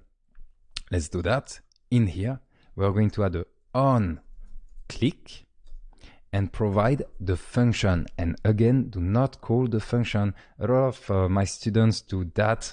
When I say provide the function, they can't help themselves but to put those parentheses. This is a mistake. Don't do it. You don't want to call the function. You provide the function as it is, and React will take care of calling that function whenever it needs to call the function. Okay, great. We save. We refresh. I'm clicking on it. So I guess it's working because there is no error. And I can actually just log that to make sure it's working. And when I click, so it's true by default, then false, then true, then false, then true. What's happening? Then false. Okay, cool. Let's remove the log. It was just to test that value. And what you can do next is that this part reacts to that state. Okay? And we're going to start slowly, easily, by changing the text right here. Okay, we are not going to toggle the clicker yet. I want you can try it on your own, to change the text here so that it's written like a show clicker when the clicker is hidden and hide clicker when the clicker is visible. Okay, we start gently. How can you do that? Try it yourself. Pause the video. Let's do it together. So you might remember that we can't use a if statement here. But as we've seen earlier, we can use ternary condition. So let's go. How do we do that? First of all, we know we are doing some JavaScript here. So we are going to open and close the curly bracket. Then we are going to ask a question. I like this. We ask a question. So it's a condition. Has clicker? Question mark? You can put it there. I think it's working. So I like to put spaces everywhere. So has clicker? See, I'm asking a question. Has clicker? If it's the case, I want you to write. So it's a string hide. Otherwise, I want you to display show. Okay. And after, I'm going to add clicker. Okay. You can add it here and here. It's the same result as adding it here because it's in both cases. I reload the page just to make sure.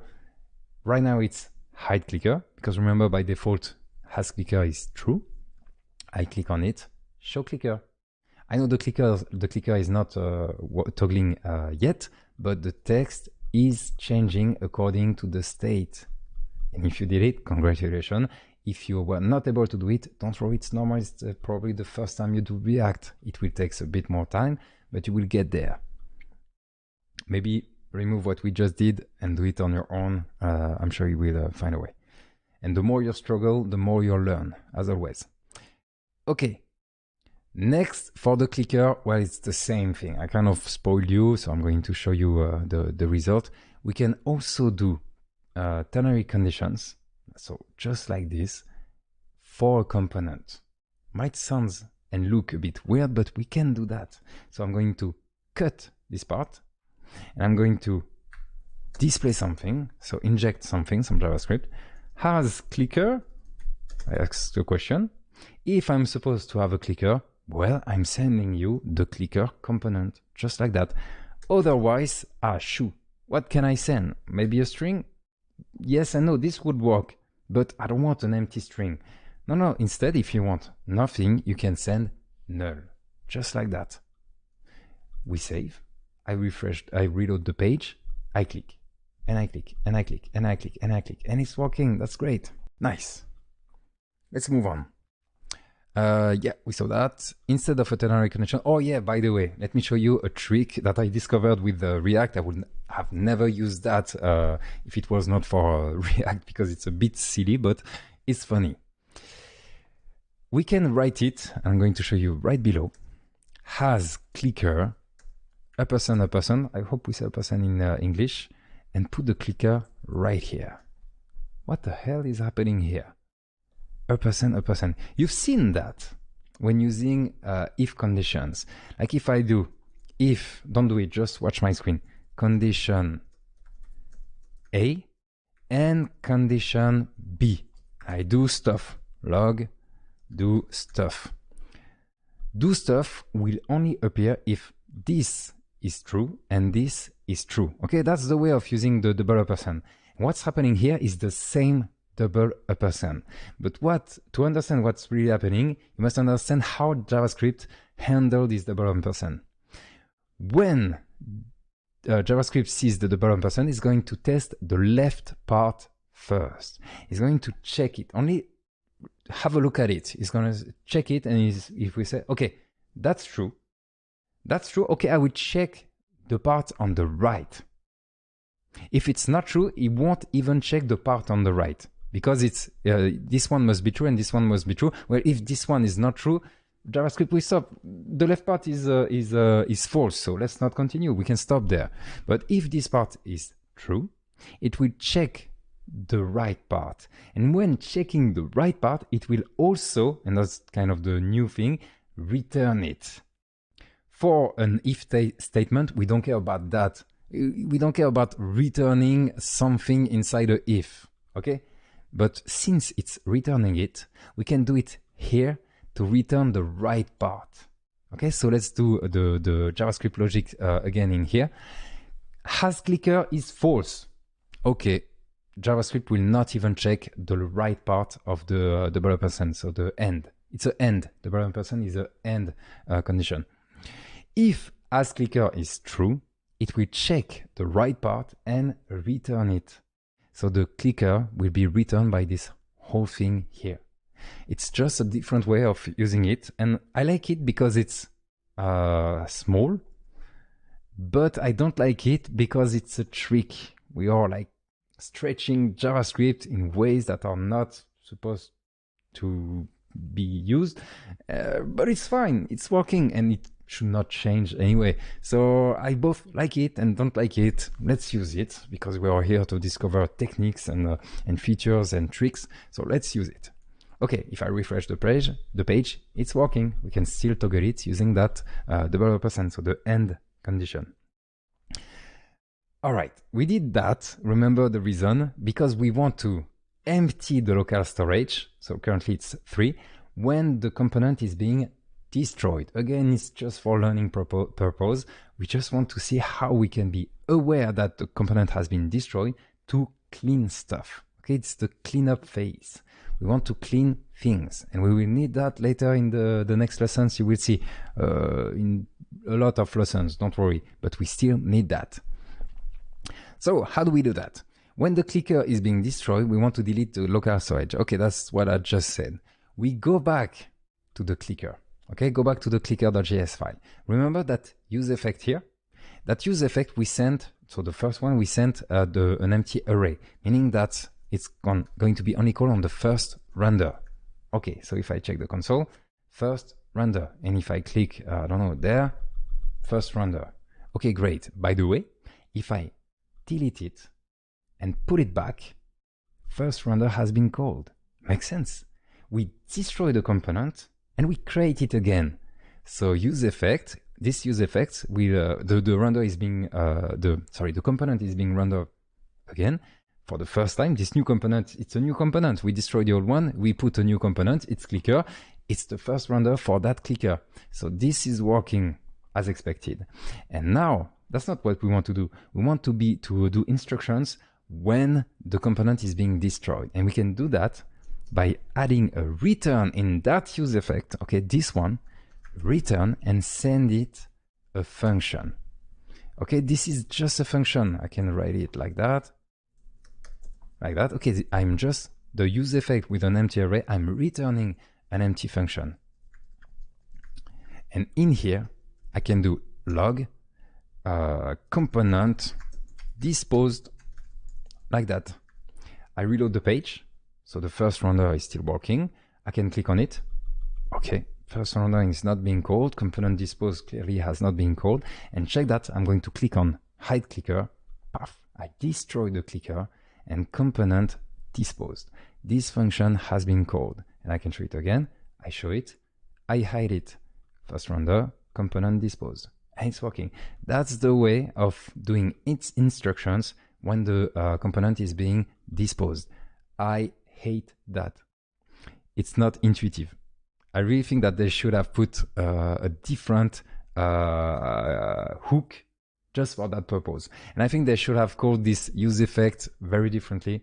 I don't know, something else like use render, use re-render, whatever, use draw, something else, and have a hook just for when the component is being destroyed, because it's not intuitive. That's my only issue. I'm quite sure they have reasons to do that I can't see, but this one bothers me a lot because it's hard to teach to students because it's not intuitive.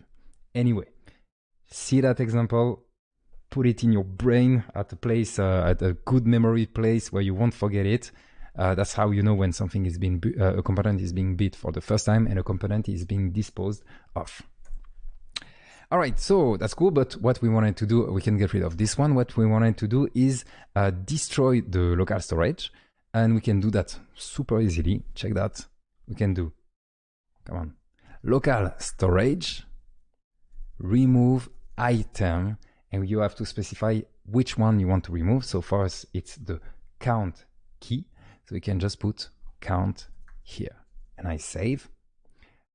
I reload the page, so I have 18 right here, and check that I'm going to hide the clicker, and everything has been emptied. I mean, the count has been emptied, and I show it back. So the default one has been put to 0 because this use effect has been called, and I can increment it, reload the page. I just reload the page. Maybe you didn't see it. Check that I'm clicking on reload. I still have the 7 from the local storage. I hide the clicker. It's being disposed of, and the local storage has been emptied. Super useful if you want a clicker on your website. Doesn't make sense. Why not? Let's continue. All right, yes, let's talk about props. All right, so it's a different topic. Let's go. We're going to talk about what we call props. But first, let's put some things together. Let's set things up. We're going to have multiple clickers. So how can we have multiple clickers? We go to the app.js file. I'm going to reload this. So I want multiple clickers, but I want them to still be conditional. Why not? I can duplicate this. It's working. Yeah, you can totally do that. And actually, I think it's quite clear. We understand clearly, but there is kind of this repeating thing. So maybe we can write it differently. Maybe you can try to do that. I want you to have only one condition like this, still use the $%, but not one for each clicker. Try it, pause the video, let's do it together. It can look something like that. See, I'm removing this, and right now I'm gonna do a small mistake. I'm going to do that. 1, 2, 3. And this is not working. Because when you send something, it's just like for the render here, we need to have only one top element. So right here, our JavaScript here, so the injection here, is returning 3 objects together. Doesn't make sense. So we need to send one top element, and we can do that using a fragment.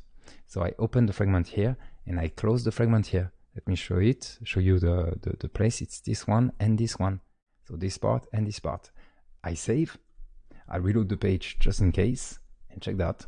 I can toggle them with one condition and send multiple clickers. Great, that's another way of doing it. Both are perfectly viable solution. But as you can see, it looks quite bad. it's up to you to put line breaks and indentation wherever you need to put it. And it's up to you and your preferences. And I like it like this. I think it's cool. Okay, great. So if you try to click on the button to increase the counts and reload, the value aren't correct. What do I mean by that? Let's test. I'm going to click once on this one, twice on this one, and 3 times on this one. If you have different values, it's fine. Or you can empty in the application, click there. You can have different values. I'm gonna reload. What the hell just happened? So we have 3, 3, 3. Let's do it again. Maybe I did something wrong. 1, 2, 3, 1, 2, 3, 4, 1, 2, 3, 4, 5, 6, 7, 8. Okay, let's test. I'm going to reload and I get 8, 8, 8. You probably guessed what is happening here. We are saving all 3 clickers inside the same count key. And the last one we did was 8. So every clicker, we check the count key on the first render, we retrieve the count from the local storage on the first render. It's going to be the last one we put, so it's going to be 8.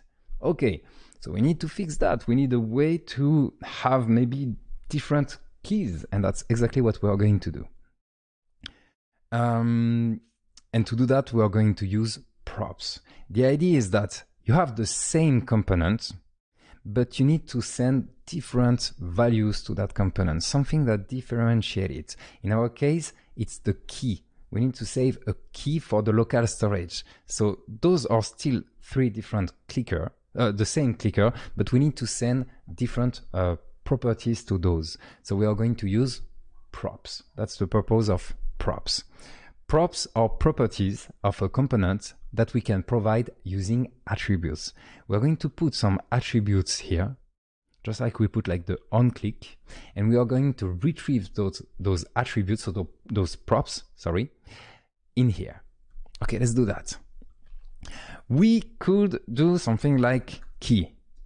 No, it's a mistake because key is a reserved attribute for something that we will see later. It's related to React, so we can't use key. So we are just going to use something else, and we are going to use key name.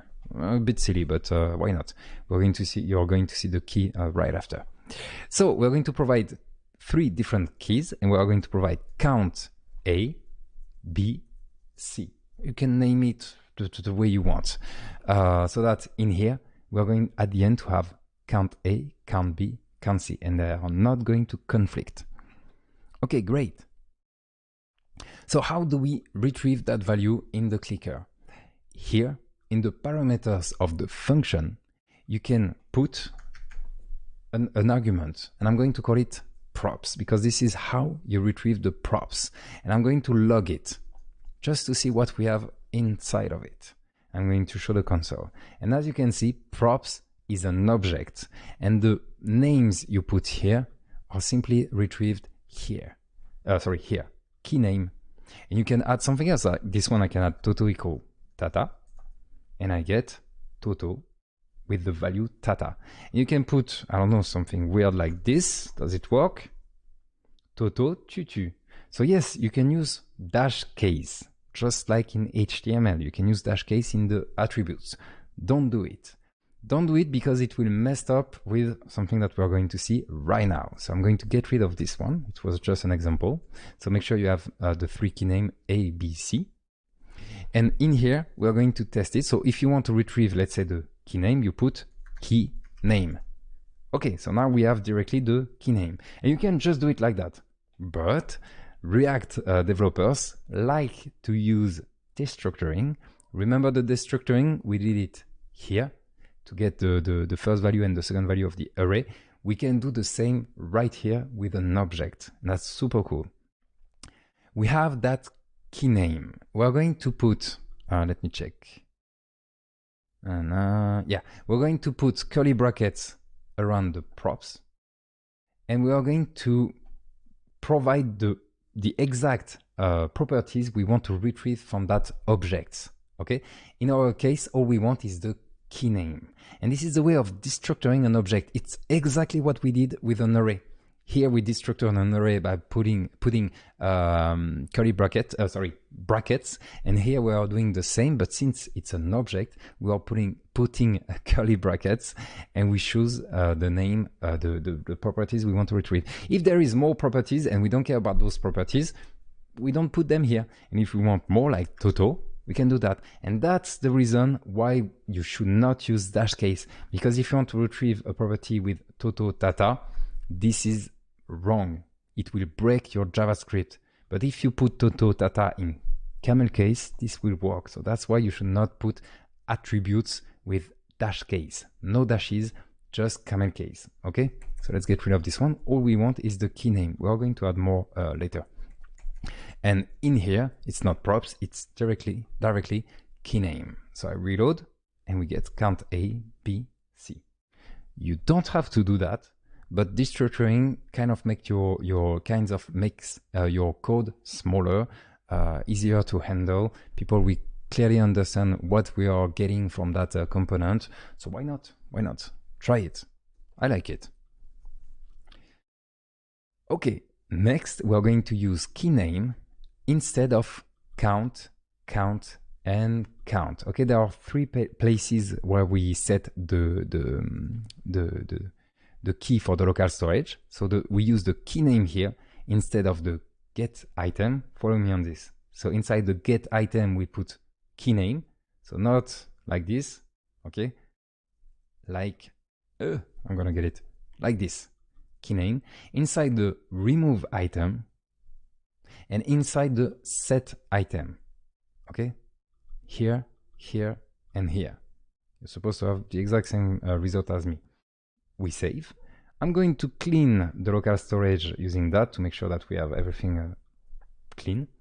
I'm going to reload the page and I'm going to click 1, twice, and 3 times on this one. And I'm going to reload the page, and as you can see, now it's working. Because if you check the application, we saved at count A 1, count B 2, and count C 3. And I can click on this one, reload the page, and it's still working. Okay, the only purpose of this was to show you that we can send different values to the component using attributes that will be converted into props. Wow, so much knowledge. Don't worry, it's a lot. Maybe take a break. Anyway, we are going to use that a lot. And actually, we are going to do it right now because I know this part is a bit complicated. So let's do it again with a different topic. We are going to send a different color to each of the clicker.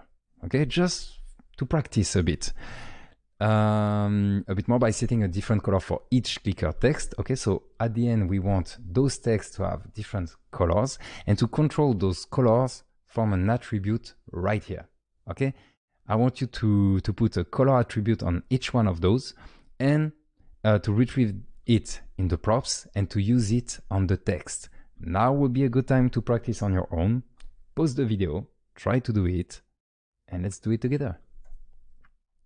So what do we get? First, let's send a prop. So we can do color, and I'm going to send some cool color. Yes, I spent quite a lot of time deciding on the colors because it's so important. Dark orchid, or you can put uppercase or lowercase, it's not that important. So crimson, chocolate, and dark orchid. Okay, so we are sending 3 different props. Next, we can retrieve those props in the clicker. So the same way we did for key name, we're going to do comma, color, and we're retrieving the color attributes as a prop. And you can test it by doing a little console log here, displaying the console, crimson, chocolate, dark orchid. Orchid? Yeah, I hope we say orchid. Anyway, so we can remove the console log, and now we can use it in here, and we can use a style. That's the kind of situation where using the style attribute is just fine because the data is coming from JavaScript because it might change for some reason. So we can't put it in the CSS because it's being controlled from here. So we use the style attribute. If you remember from what we saw in the previous section, we need to send an object. So it's a curly bracket inside curly brackets. And in here, we need to set the property of the CSS property. So it's going to be color. And to that CSS property, we send the color props. Okay, it was a lot in one row, I know, but check that. We have different colors. I can reload, we get the same color. And if I change it, I don't know, here I put a cyan, I get cyan here. Okay, great. Yeah, by the way, in JavaScript, when you have an object and the property name is the name of as the variable you send to it, you assign to that property, see it's color and color, which is great. I mean, that's random, but I mean, I chose it for that reason, but that's the same name. When you have this situation, you can just write color, okay? It's up to you. Again, I'm not a big fan because beginners are like, what the hell? There is just one thing. Where is the this and that? I don't get it. So it's not very beginner friendly, but why not? Once you know it's worked like that, why not? Okay, cool. By the way, if you remove it, let's say from this one, it's kind of a bonus. I forgot to add it in the slide. So as you can see, the color, well, this one will be empty. And if you check in the clicker and check the color, up like that, we get crimson, chocolate, and undefined. Okay, this one is undefined because yes, the attribute is not defined in here. What you can do here is set a default value, and we can just do well, let's put back the crimson, the dark orchid. So it's this one.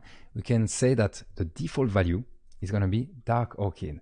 I know it's weird if you've never seen that. We are doing a destructuring. And for each one of the values, we can set a default value. It's not this, it's equal, okay? And this will be the default value. And if I reload, we get back the dark orchid, even though well, we didn't provide it. And we can remove those like that. And now we have the default values on all of them. Okay, cool. Let's put back the dark orchid and let's remove that that example. It was just to show you that you can put default values. We're going to do that in the next lessons anyway. Okay, I'm gonna remove the console log too, give it a little reload, and we are good to continue.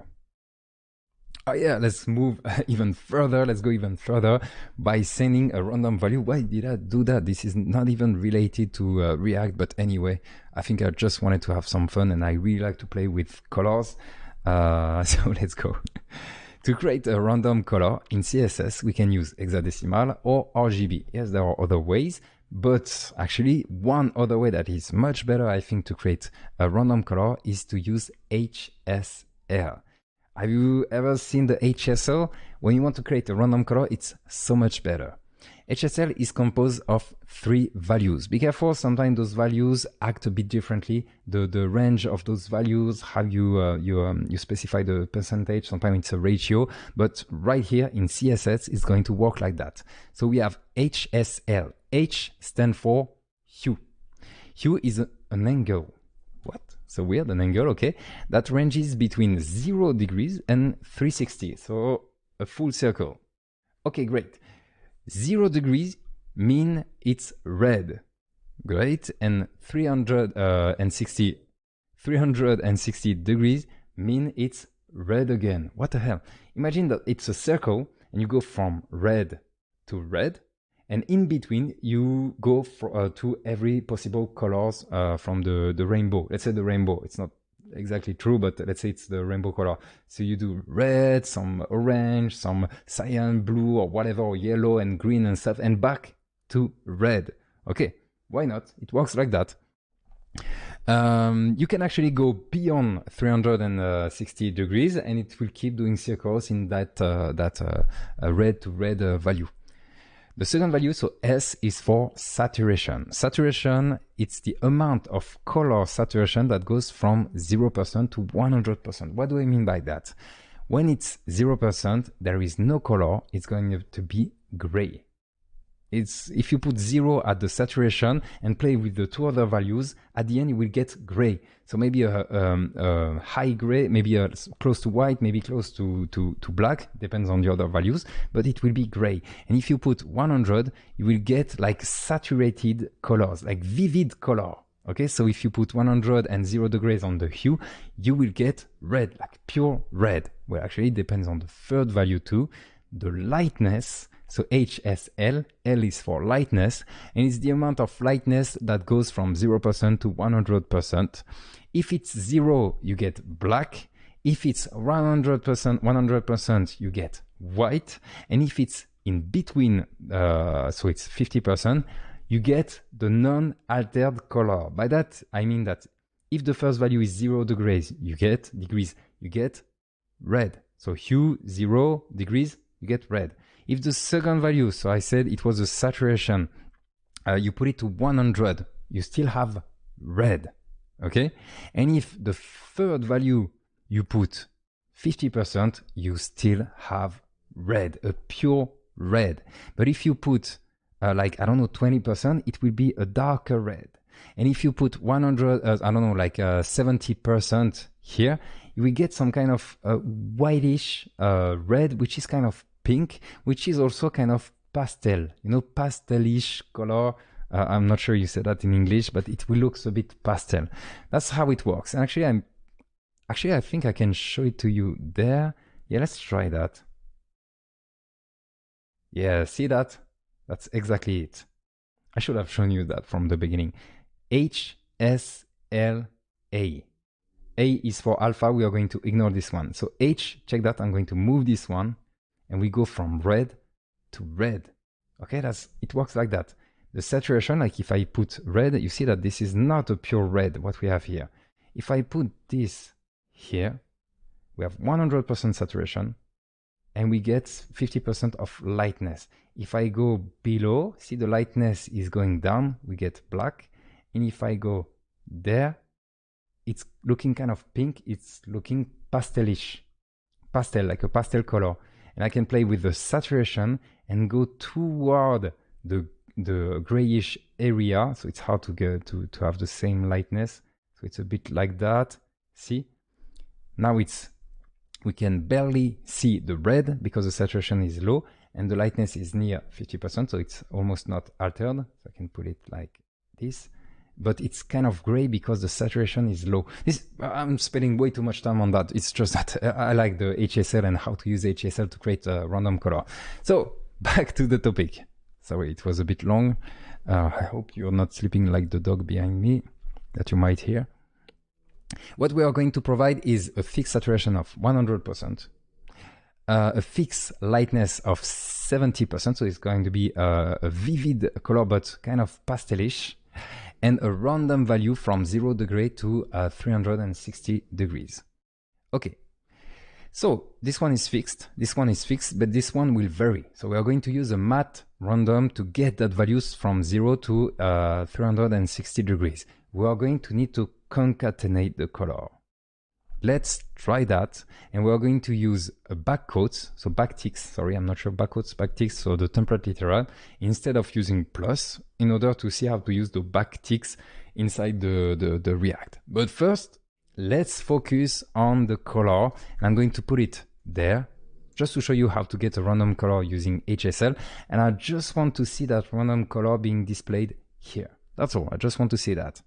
So, since I'm doing a concatenation, I'm going to use backtick. So again, check on your computer, on your keyboard, where is the backtick. I'm going to provide HSL. It's going to be the hue, the saturation, and the lightness. Okay, hue, saturation, lightness. I'm going to replace those by actual values.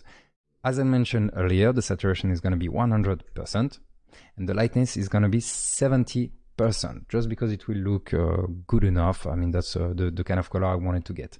But this part, the hue, that's the part where we need to do some tricks using a math random. We want something from 0 to 260. And if I put math random multiplied by 360, we get that, and that, and that, and that. And it's working. We get values that goes from 0 to 160. So that's great. So we are going to do that. And since we are using backticks, we can do $ curly bracket math random multiplied by 360. I'm going a bit fast because this is absolutely not related to React or React Free Fiber, and we are losing time, but let's have some fun just a bit. And as you can see, we get a random value. And I think I forgot the degree, right? Yes. classic mistake. Here we need to add degree, okay? So that we have the degree right here. So if I reload, I have the degree here, and it's a random angle.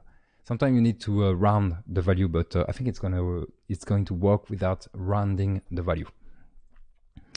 Okay, great. So we did a log. Let's put it in there. Okay, we want to put that concatenation with the hue that is varying between 0 and 360 degrees.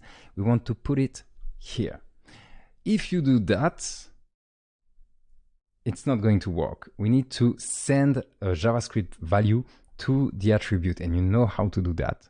We need to provide curly brackets right here, and we provide it here, and we do the same for this one.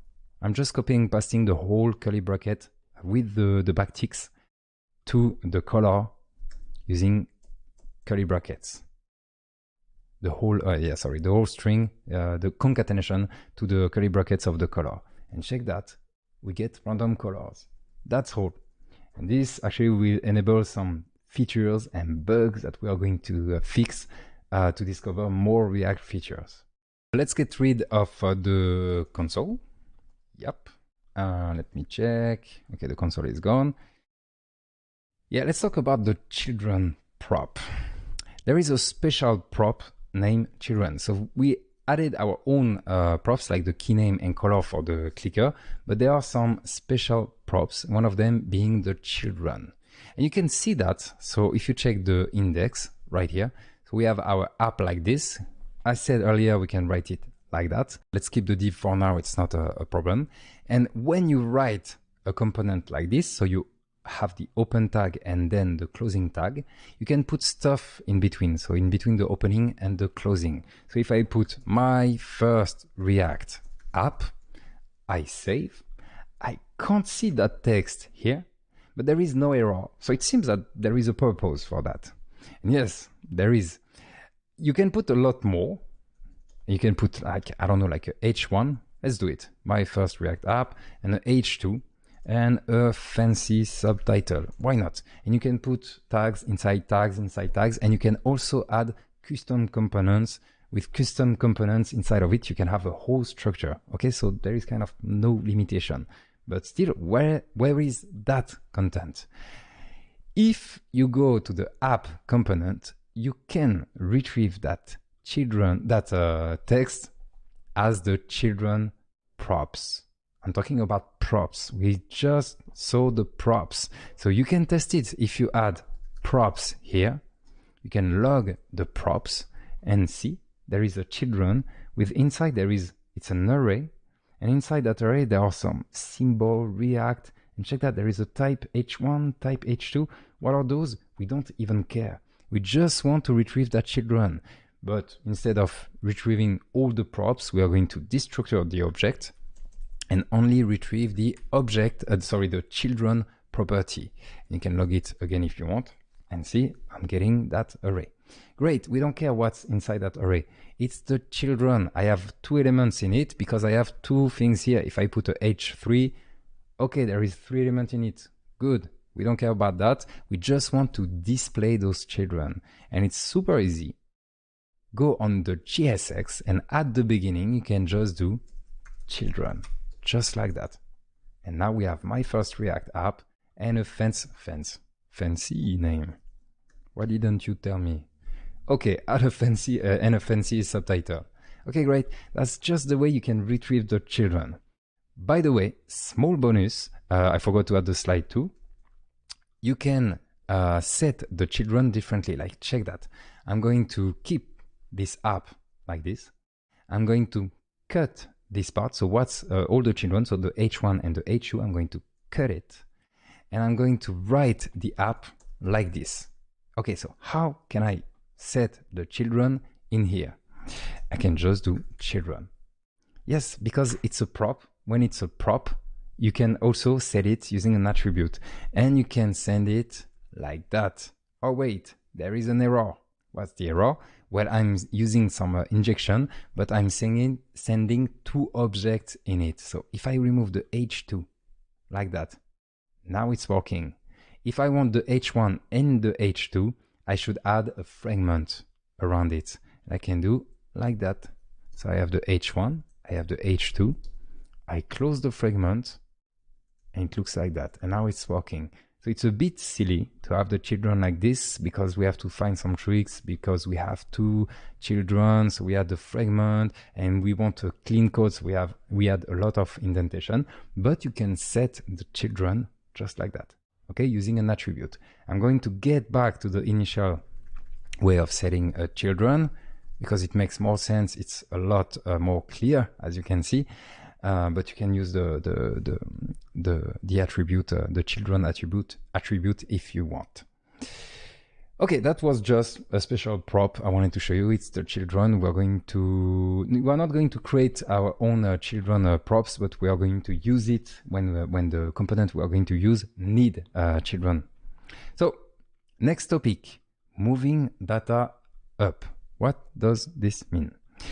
We would like to have a global count. By that I mean here, right here, so maybe under the hide clicker, we don't care. We want a global count. When we click on any of those, we want that global count to increment. Again, there is no reason to do that, but to learn stuff. So we are going to display that value in the app, okay? Because it's not related to the inside of each one of the clicker. It's related to something that is above, so it's in our app. We want to move data up from the component to its parent, so the app. How can we do that? We call that lifting state up. Okay, great. And we are going to first create the state right from the app.js file.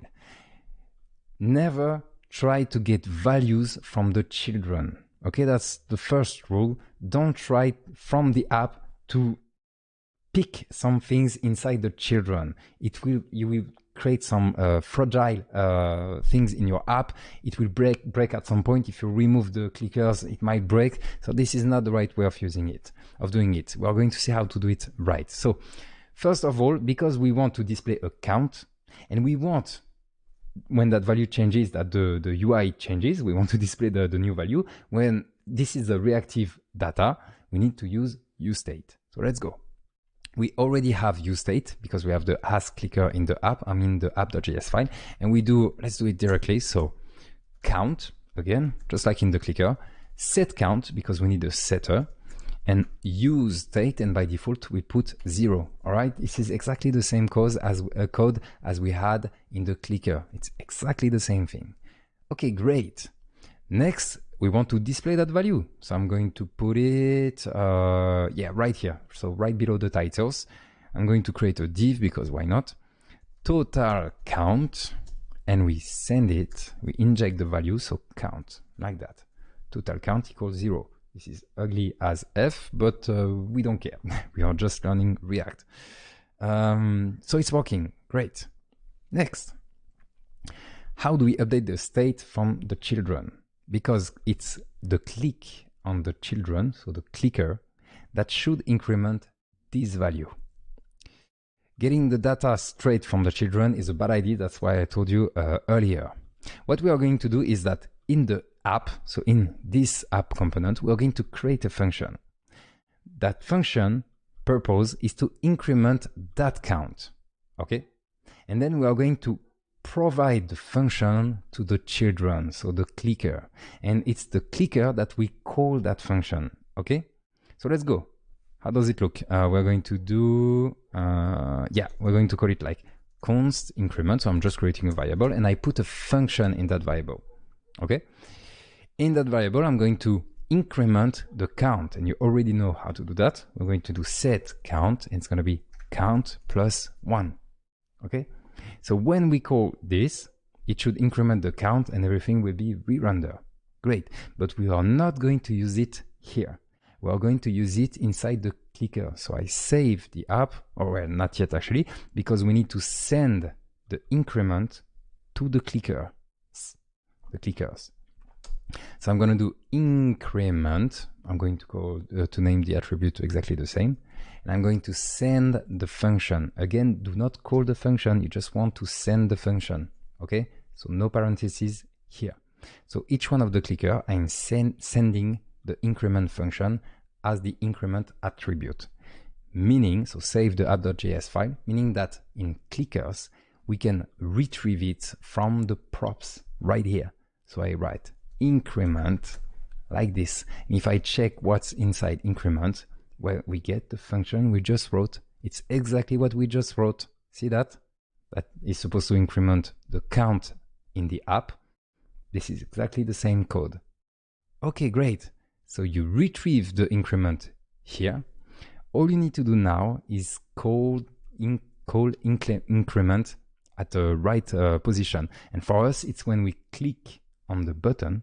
So when we click on the button, is right here. We're going to call increment. And this time we put the parentheses because we want to call the function. So let me show you. When I click on this one, it called the increment function, and the increment function has been sent from the attributes here, and it's that function. And we lift the state up in some ways. Okay? This is how you send variable. And what's cool is that you can remove those, and it just keeps working. They are not dependent on each other. Okay, and you could here send, I don't know, like a default function, or say that if the increment has not been sent, if it's undefined, you don't call it. You can do that. Okay, great. Oh yeah, by the way, this is the way of moving data, but sometimes you have an application that is a lot more complex with components inside components, inside components, inside components, and it gets a bit messy. If you try to move data from the bottom level to the top level, you will have, let's say, this increment function that will be on all the props and all the attributes, and it's going to be messy. You need a global state. A global state is like a state, so it's an object. Usually, it's just an object that you can access from anywhere, which is why it's global. And to create global states, there are many solutions. And one of those solutions is called the stand.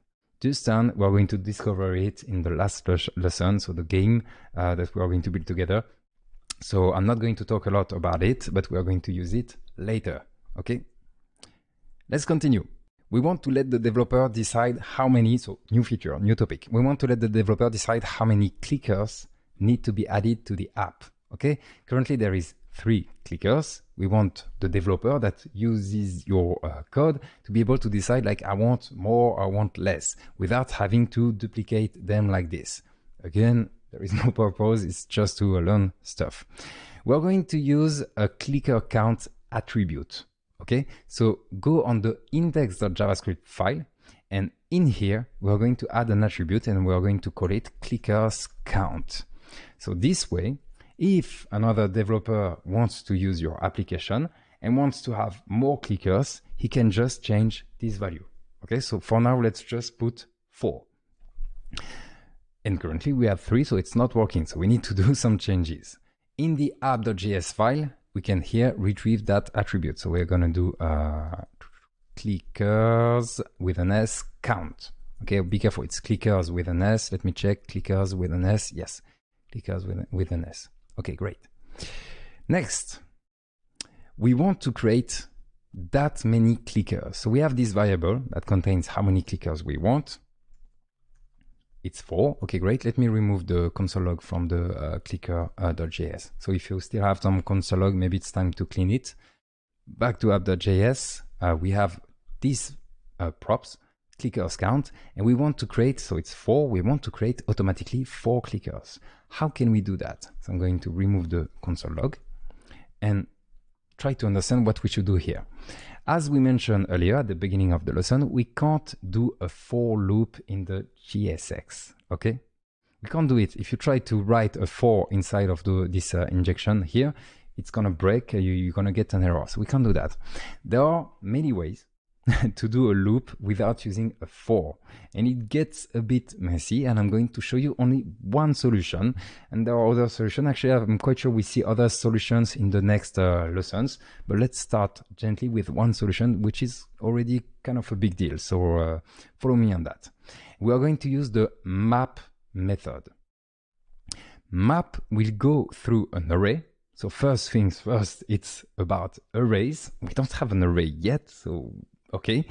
And it will call the function you provide for each item of that array. So imagine you have, I don't know, like an array of 10 elements. You call map on this array. It will, you provide a function. It will use that function on each element of that array. And we can try that. So put your code, so right before the return of the app. So we just test the map and we create a temp array. So a temporary array. And we put, I don't know, like A, B, C. Okay, here we can do temp array, map, so the map method, and to that map method we provide a function, just like that. And that function will be called for each item of that array. And we can test that, like if I put this here, log, we can retrieve the value or item, it's up to you. You can put whatever name you want here. If you want to call it Toto, you call it Toto. And I'm going to save. And as you can see, we get A, B, C. So if I reload the page, A, B, C. And if I have more, Toto, I get A, B, C, Toto. All right, so it's working. Map is doing that. Map will actually return something. And we can like return value plus, I don't know, something else. We're doing a concatenation. Well, that's the purpose of the map. So let's go back a little. Now that we know that map will go through each item of the array and return something, let's go back a little. We are going to create an empty array, okay? And we are going to log that array. Okay, so we get that array. Remember that right now, we just have a value here. So it's 4 currently, and can be something else. What we want to do is create an array that is this variable long. So if it's 4, we want to create an array that will be 4 elements long. And we actually don't care about the elements. We just want to create an array with 4 elements just to be able to use map on it. Sounds silly? Yes, it is. But that's one way of doing it. So how can we create an array that is that long? Well, there are multiple ways of doing that. One of them is by doing array, so with the uppercase A, so the first letter is uppercase, parentheses, and here we provide the amount we want. And for us, it's clicker count, okay? So we just created an array that is clicker counts long. And if we save, check that, we get an array with 4 empty values. Might sound weird, but if it's 4 elements inside, well, why not? We have an array that is 4, that length is 4, so we should be able to map on it. Unfortunately, no. If you try to do a map on this one, temp array map, so we provide a function to it. Check that. Sorry if I write it a bit fast. So we provide a function to it. In here, we want to do a console log. Like, I don't know, I just put value just to make sure that we can loop on it. It's not working. I saved the file, but it's not working. It's because when you create an array like this, it's still empty. Shoo, too bad. So yes, it's supposed to be an array that is 4 elements long, but JavaScript still consider it as empty. And if you try to do a map on it, it won't work. But there is kind of a trick here. It's by doing, check that, this. I'm putting curly brackets around the array, and I'm using the spread operator right here. This is not React, this is JavaScript only. By doing that, check that, I'm reloading, it's working. What the hell just happened here? The spread operator will return values of the array, and I can test it like right here before I do a log right here, and I'm going to comment everything. Check that. I'm getting undefined and undefined and undefined and undefined, but I'm getting something. I know it's weird, but if you use the spread operator on an array, on an empty array, but the array is that long, you will get undefined, undefined, undefined, undefined. And check that, what we are doing is that we are putting back those values inside a new array. So weird, so weird. Welcome to JavaScript. So we create an empty array, but the length of the array is right. We retrieve the values, so the spread operator will kind of just take the values, not the whole array. It will take the values, and we put back those values, which are all undefined, into a new array. And that new array can be mapped, because that new array, check that, is filled with undefined, undefined, undefined, undefined. It's not an empty array anymore. Yes, there is just undefined element in it, but it's not empty, and we can map on it. Okay? If you didn't understand this part, do not worry. All you need to understand is this will create a X element long array. Okay, you can just create an array, and you don't care about the values inside that array. And here, if I want 10 values, I can do that. And now I have 10 values, and I can do a map on it. That's the whole purpose. Okay, great. We are going, oh, by the way, yes. If you want to retrieve the index and the value, so the value is not relevant since it's just empty, undefined, undefined, undefined. In this function, you can provide value and index. And in here, you can test those by doing like this. So in the parameter, in the arguments of the function you provide to map, you can write value and index. You can change the name, but it makes sense. You can put item if you want. Item makes sense too. So value and index. And as you can see, so the value is undefined. We don't care about this one, but the index is 0, 1, 2, 3. Because it's an array of 4 elements, the index does 0, 1, 2, 3. And that index is useful. You will see why later. So I'm removing it, so you can keep it if you want. This one is not harming anything. So I'm removing this part here, and we are going to do it in here in the JSX. And you will see that it's going to be quite messy. Okay. So first I'm going to comment those clickers. Actually, I just need one clicker. Okay. I comment the clickers, and I just get one because I'm going to copy and paste it at some point. I'm injecting something, and I'm creating that array using the array, then the spread, then the array constructor using clickers count. Check my code, take your time, maybe pause the video to make sure that you didn't do any mistake. Don't save yet, because that doesn't mean anything. It doesn't make sense yet. So I'm creating that array right here.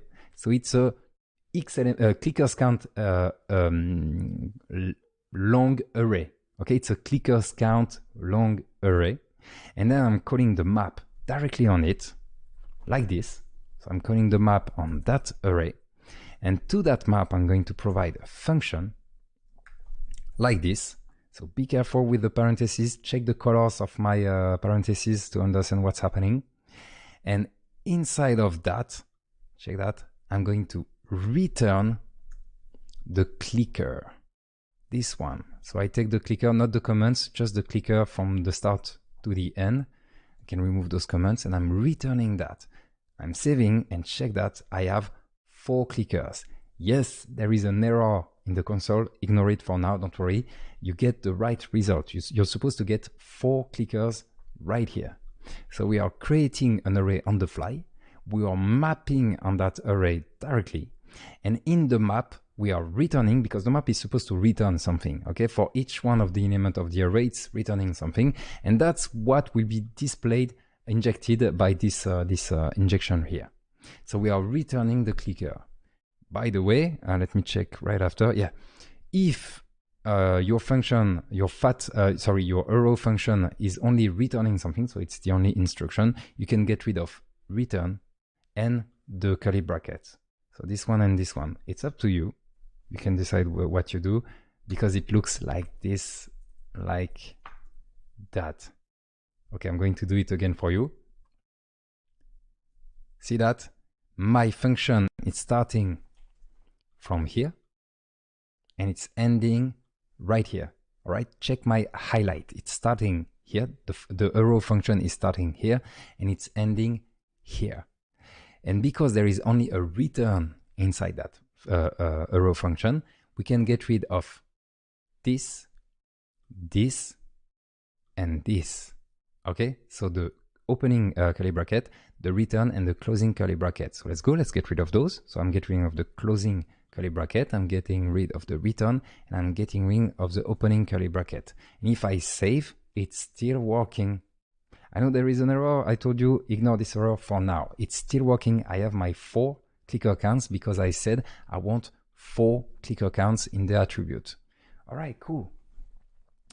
You can also write it differently. That's the moment where you better not have everything in one line, like just like that. It's so ugly. So maybe it's time to put some line breaks everywhere. It's up to you, to your preferences, to the complexity of your code, to your coworkers, to the rules of your agency or whatever.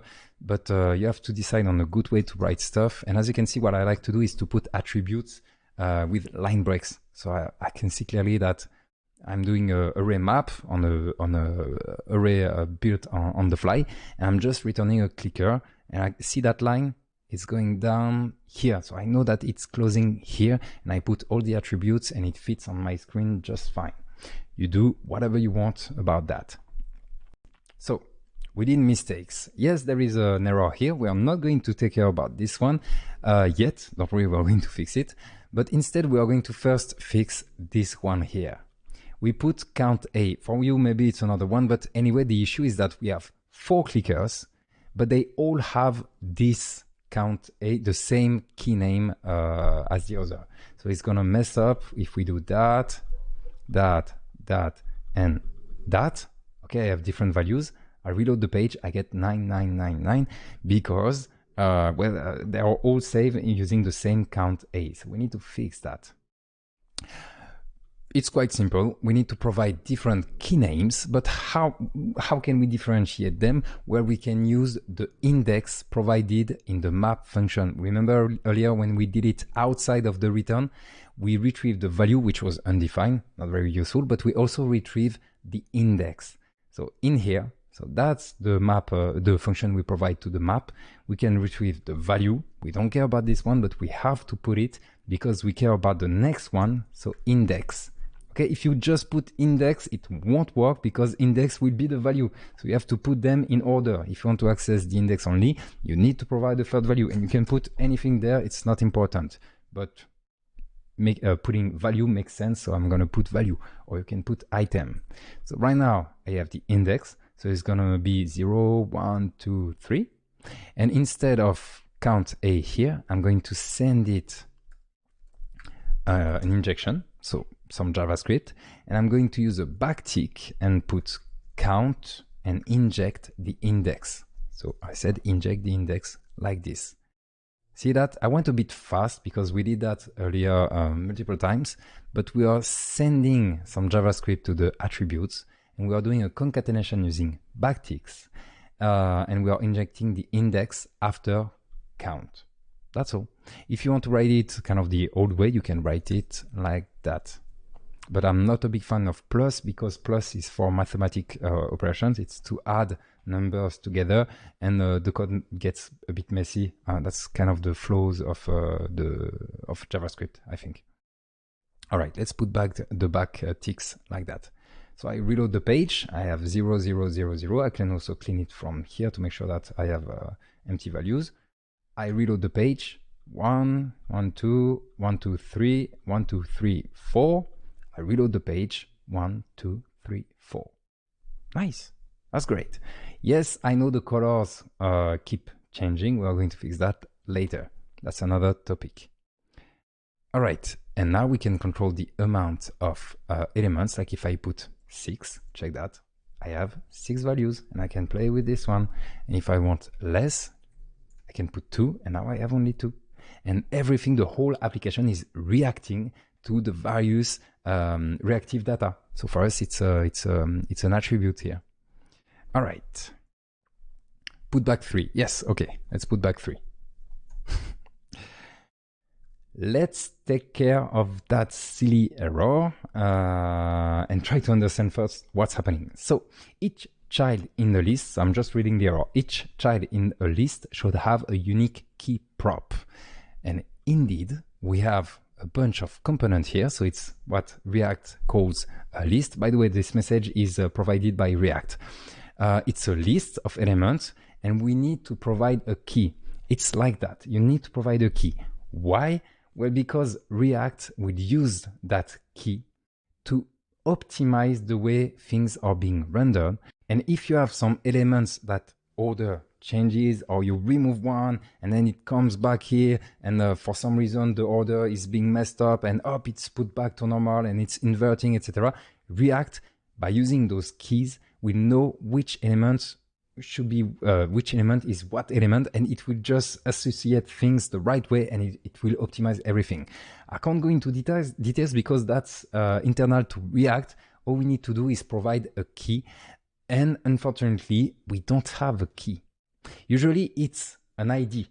An ID makes sense, and we will actually do that a bit later when we do a people component, you will see. But right now we don't have a unique ID for those clickers. So we are going to do something a bit silly. You should avoid doing this unless you have no choice. We're going to provide the key, and to the key we're going to use the index. All right? It's like that. That's the only thing we can provide. It's okay. It's okay. It won't bug, you won't have bugs, the application will work just fine. But if you can, you need to provide some IDs. So if you retrieve some data from an API and you have, I don't know, some articles of some users, usually you have an ID, and you should use that ID in here instead of just this, of an index. Okay, and as you can see, the error is gone, and we're going to use an ID later in this, lesson. Okay. We did that. Nice. Next, we are going to save value with use memo. When clicking on the clickers button, the color of all clickers are changing, and you noticed it. Check that. I'm clicking here and all the clickers are changing, and I'm clicking here and all the clickers are changing, and it bothers me because it's changing too much. The UX is bad, the UI is bad. I want to keep the color. So how can we do that? And that's actually quite a big topic. We will tackle some classic techniques and issues with just that problem here. Well, first, the reason why everything is changing is that when we click here, this state is changing. So the count state on apps is changing, meaning that the whole component is being redrawn, and those are being called again, and we get new colors. That's the reason I click here. It calls increment. Increment will change the count state, and the count state will make the whole component re-render. Okay, so that's the reason why this changes every time. The math random is being called every time the component is being re-rendered. So we want to fix that just for learning purpose. Solution 1, we are going to think outside of the box. If you are a beginner in React, what can you do to fix that? We are going, without knowing React, so it's kind of the wrong way, you will see why, but it's actually not that bad. We are going to create an array of colors before the class. So right here, you are in the app.js file. We are going to create the colors. So we are going to create a bunch of random colors right here, outside of the class, so that it's done only once. And then we are going to use those colors here. Okay, that's the first solution. Let's see if it's a viable solution. So I'm going to create the const colors array like this, and I'm going to put, so it's the same code, you can take it from here, so using the backticks right here. So here's one, and I'm going to duplicate it 3 times. Okay, pause the video if I went a bit too fast. You can log it if you want to check. So we get it once, and when things are being redrawn, only the function is being called, and this array stays as it is. Okay, so it's great. So I'm going to remove the color. Next, we wrote colors outside of app. Do not worry, you can use it inside of app. It's the way JavaScript works. We call that the scope. The variable has been created outside of the class. We can use it inside the class. Great. So here in the clicker, instead of creating a new color, we're going to use the color from that array, so it's colors with an S, and use the index, the same index we use for the key name. We're going to use it to pick the first color, the second color, and the third color. Okay, you probably already see the problem with doing that. So I reload the page, brand new colors set, and I click there, and the color doesn't change. Great. We solved the issue. Yes and no. The problem is that, let me check. Yeah, that's where we show it. What if we had two apps? Yeah, first problem, there is two problems in that. What if we had a second app? For the second app, let me close the console, we get the exact same color. And if I have, I don't know, like 3 apps, let me remove the children of those apps like this. So I have the first app, green, blue, blue, kind of blue, so cyan, green, blue, cyan, green, blue, cyan, because we only create one colors, just one. And yes, this will be called multiple times, but we are reusing the same colors for every app. So this one is a bit silly because we know we won't have multiple apps. I know, but this could happen in different contexts where you need to duplicate the component. So it's still a viable problem. So yeah, let's get back to only one app, so like this, and see the other issue. The other issue is that if we have more clickers, so we're going to change the clickers count and put 10, where only the first 3 values have color because the array here only has 3 colors. So maybe we could create more. Okay, so maybe I put 6, I can do more, 2, 2, 2, like that. Okay, but if I add more colors, I mean more clickers, it's still an issue. So I'm not going to add 1000 colors. It's not working. We need to fix that. So I'm going to put back, I think, 10. Let me see. Yeah, okay. Let's go back to 3 elements in the array. Because we need to know the values of clickers count. So yeah, let's fix that. Because we need to know the value of clicker count, so I'm talking about this attribute, it's the amount of clickers, we need to create that array inside the app. We have no choice. So we are going to move that array inside the app, and we can put it, let's put it right before the return, right here. Okay, so we are not solving the problem, but we need to know how many clickers we have in the app, so we are going to put the construction of the color in here. So if I save, we get the same result. We create the colors array, and we access the colors array value using the index. So everything seems to be working as before, but we still need to create the right amount of colors in here. So next, we're going to change our code so that the colors array contains as many values as in the clicker counts value. So right now we are building 3 values. It's not bright. We're going to do it differently. We're going to create an empty array. So I'm just going to keep one somewhere like this because I'm going to reuse it. So we create an empty colors array, and we are going to use a very traditional for loop. So for let y equal 0, not y, I less than clickers count, I plus plus. Okay, I'm just doing a classic loop. You probably already know how to use a classic loop from 0 to clickers count, not included. Then I'm going to fill that colors array. I'm going to do colors array dot push. This is the way of adding elements in an array in JavaScript. And I'm going to push random values in here. And what do I get when I do that? I can do a log. I can put back the console. I get 10 random colors because I have 10 clickers according to this attribute. Okay, cool. We can get rid of those curly brackets because there is only one instructions in the for.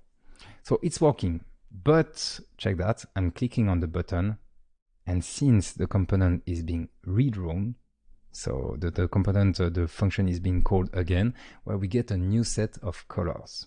So we need a way to save those colors. So we are going to do that, but we are going to save it just like a cache. Like we do it once and we save that value.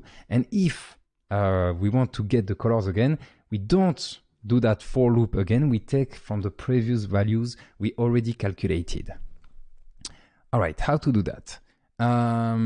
We are going to use memo. So it's a new hook. So we've discovered a few hooks. We discovered the use state. We discovered the use effect. Now there is a new hook I need you to understand. It's the use memo. First, let's import use memo. So let's go use memo. We already have an import for use state. We can just add use memo. And use memo, we need to provide, is kind of the same thing as the other ones. To use memo, we need to provide, so I'm gonna do this. We need to provide a function. So we provide a row function like this, and an array of dependencies like this. In this function, we need to return the desired value. Yeah, let me check. In this function, we need to, in our case, the colors array. When the component, yeah, that's it. So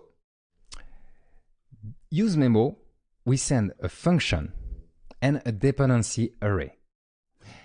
We get something from use memo. So we're going to save the color. So I'm going to comment this one. I'm going to save it like this, and I'm going to do like that. So use memo will return the colors. So we save the colors, and we get the result, and we assign it to the colors array. Okay, and I commented this one to prevent conflicts. We provide a function and a dependency array. It's kind of the same thing as the use effect that we seen earlier, but this function will be called the first time or if dependencies are changing. Okay, so in that function we provide to use memo, so the first parameter, we're going to take what we just commented before. So it's the same color array we had right before. I'm going to uncomment it. I'm going to change the indentation later. So I know there is const color, don't worry, it makes sense. We are creating a colors array here. We are filling that array, and we are going to return it, just like that, return colors. Use memo will call that function, okay, call this function here, and return the value and say assign it to this variable here. So it's okay if it's the same name. We have color here, we have color here. In the end, we get the color, okay? And actually, you can test that. So make sure you have the same code as me. You can test that by doing a log of colors, and I'm reloading the page to make sure we have only one log, and we get the same array. Okay, but now here's the thing. We have this dependency array. The dependency array, we can provide variables, so kind of reactive data. So in our case, it can be whatever we have here, like hasClicker. And if hasClicker change, use memo, the next time the component is being re-rendered, we call that function again. If hasClicker hasn't changed, this function won't be called again, and use memo will return the old value that use memo already calculated before. So it works like a cache. And if you provide nothing to that array, so you still need to provide an array, but you put nothing in it, it will just do it once. And you can test that. See, I'm doing a log. Use memo is calling my function. You can put whatever you want in it. So use memo is calling my function, and check that. I'm going to click there. Use memo is not calling the function. See, we get the same value because the whole app is being re-rendered. So this log is being triggered, but those are the exact same values, and what's inside is not being called again. So I can click again. We get the same array of colors, but use memo is not being called. And we could provide variables that if they change, this should be called again. Can you see one that if that value changes, we need to provide a new colors array? Well, there is one, very important. It's the clicker count. If clickers count, sorry, there is an S, changes, well, we need a new colors array. It makes sense, because we have new, maybe less clickers, maybe more clickers. So we need to provide a new colors array. So yes, use memo needs to call that function again because clicker count changed. Okay, that's the way of using use memo. It's kind of a cache, and only a dependency change can break that cache. That's the idea behind use memo. So it was probably a bit fuzzy. Do not worry, we are going to use use memo later. I think actually in the next lesson we are going to use it. All right, cool. Let's move on. Okay. Yeah, by the way, quick note about use memo. Normally, use memo is used to handle complex calculations. Okay, it's not just for cache. We're going to see other solutions to save a value and keep that values in different contexts. but normally use memo is for complex calculation where you know it takes time to do, I don't know, some huge mathematics and array sorting and things like that, and you want to save the value once and for good and only change it if some dependencies are change it. That's the way of using use memo, but you can still use it just to save data and put it in kind of a cache to prevent it from calculating again. All right, next topic, and see, we are almost at the end of the lesson. I hope you did some breaks. I didn't. References with useRef. All right, this one is kind of easy and super useful, so keep up. Sometimes we need to get access to the DOM element itself or whatever native component we are dealing with. I'm saying that, or whatever native component we are dealing with, because currently all we have is a website, so all you see here are DOM elements, but later, so in the next lesson, we will get some 3JS objects, okay? So right now it's only DOM elements. We want to get access to those DOM elements, but if you do some React Free Fiber or other React things, it might not be DOM elements. Anyway, let's deal with those DOM elements. So you need to access those DOM elements to do stuff on them. Sometimes you have no choice. You can't do it using useMemo, useState. You can't use it using attributes. You really need to get access to that DOM element to do whatever you want with it. There is no specific purpose in what we are going to do next. Okay, it's just for learning, but the technique is going to be useful later in the course, and it's going to be to make a lot more sense. Okay, so for now, we are just going to, I don't know, I think we're going to get the button and change the color. It doesn't make sense. We could have done it using an attribute or the CSS file, but later in the next lesson, you will see that it makes more sense. Like when you want to animate a cube, you better have a reference. So follow this section closely. So to get access to the actual element, we can use the useRef hook. Yeah, another hook. So we had useMemo, useEffect, useState, and now there is useRef. A lot of information. Do not worry, we are going to use all of them in the next lessons. So let's go. We create a reference first, and then we associate that reference with the targeted element. What I mean by that, we're going to do it in the clicker.js file. We're going to retrieve, so import the useRef hook. So it's the hook I just told you about. And next, we're going to do it for the button, okay? We want to get access to the DOM element of the button, so the button itself, to be able to change its color or whatever. Great. So to create a reference, you have to create the reference first. It's a bit weird. You will see our code will look a bit weird, but it's the way it works. So we create a reference and we say, we write const button ref equal useRef, like that. Okay, it's the hook we just imported from React. And just like that, you created a reference and you can log it and to check what's inside. And inside we get just an object. Okay, cool. With undefined. It's an object with a current property, and the current property is undefined. It's a bit weird, but that property is going to change right after. And we get 10 of those because we have 10 elements. By the way, let's get back to 3 only. Yeah, let's put 3 right here so that it doesn't take too much space on the screen. So clickers count 3. Back to the clickers.javascript. I used the button ref name. Okay, I put ref. Ref is totally optional. You can just write button. It makes sense too, and it will work just fine. Okay, I'm putting ref because we are discovering stuff, and I want to make sure that everybody understand what is this variable and this variable. So I added ref. Later in the course, we are not going to specify ref. Like if it's the cube, we are just going to put cube. Okay, it's the cube. We don't need to put cube ref. Okay, great. For now, let's keep the ref. By default, as you saw in here, the reference is a simple object with a current property set to undefined because we created a ref, but it's not associated with anything from the JSX, okay, from the component. So we need to associate with something. And to associate that reference with something, so keep the console log here. Something weird is going to happen. So keep the console log at the beginning, right after using the useRef.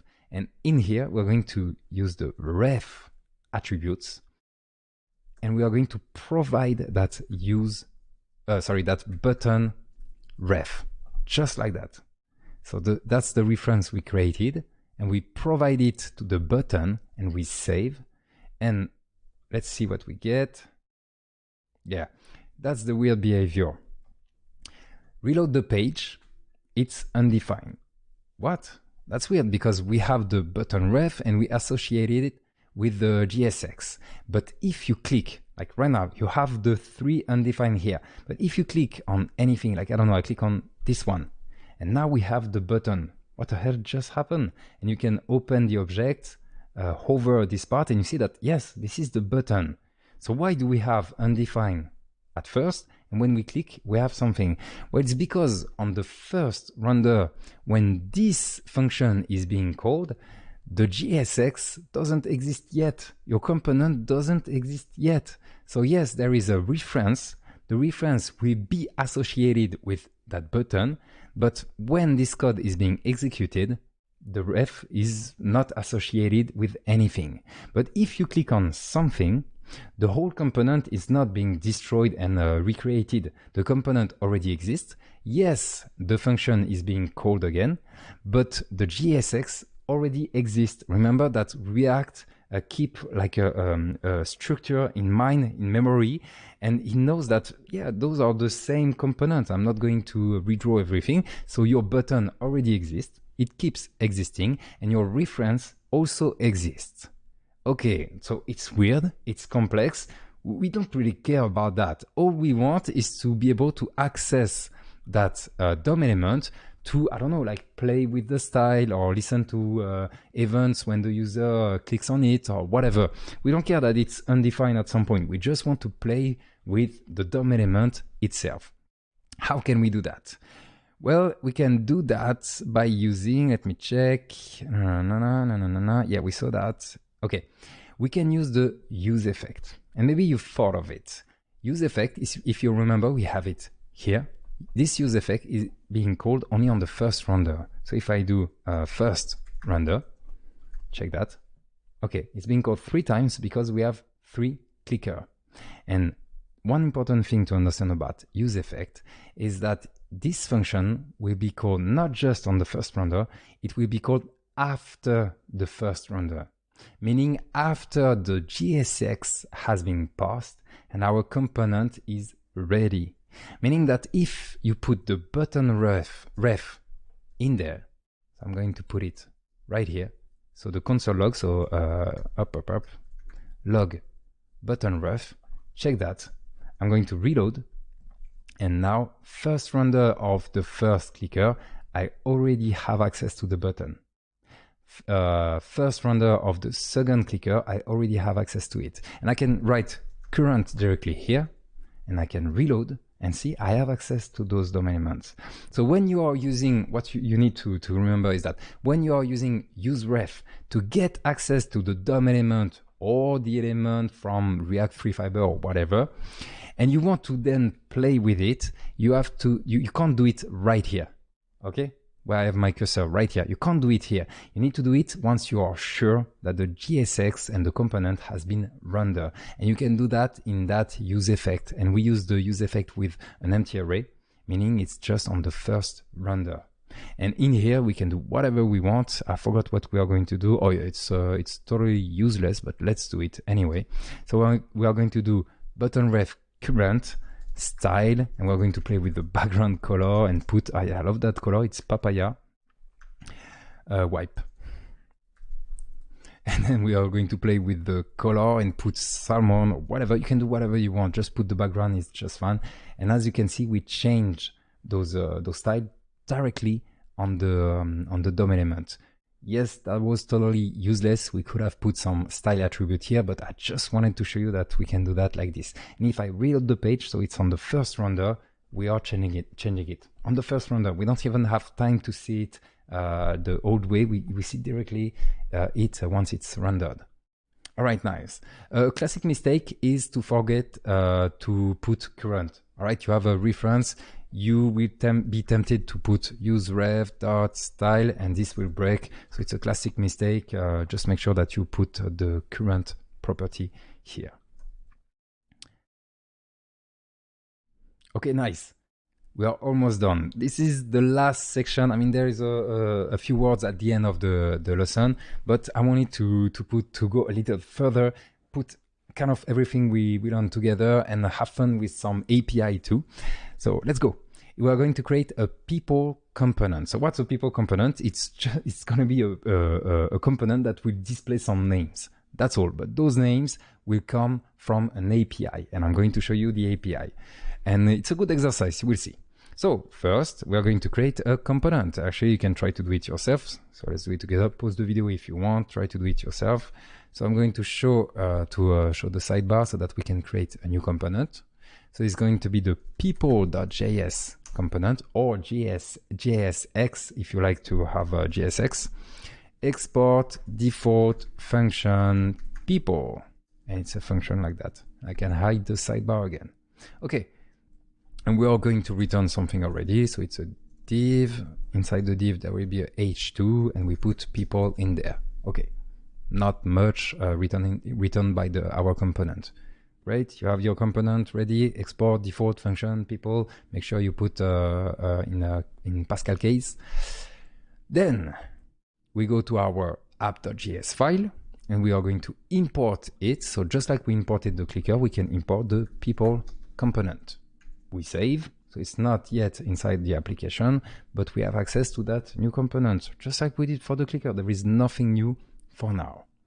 So now we want to add it to the application, so we can go, let's go at the end. So after the clickers, we're going to create the people, the people component like this, and we save, and as you can see, we added a component.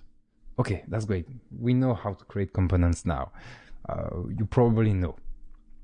Okay, cool. Next, we need to display some data, and we already know how to do that because we are going to have multiple many people. So we are going to display a list of data using a map. Let's do that.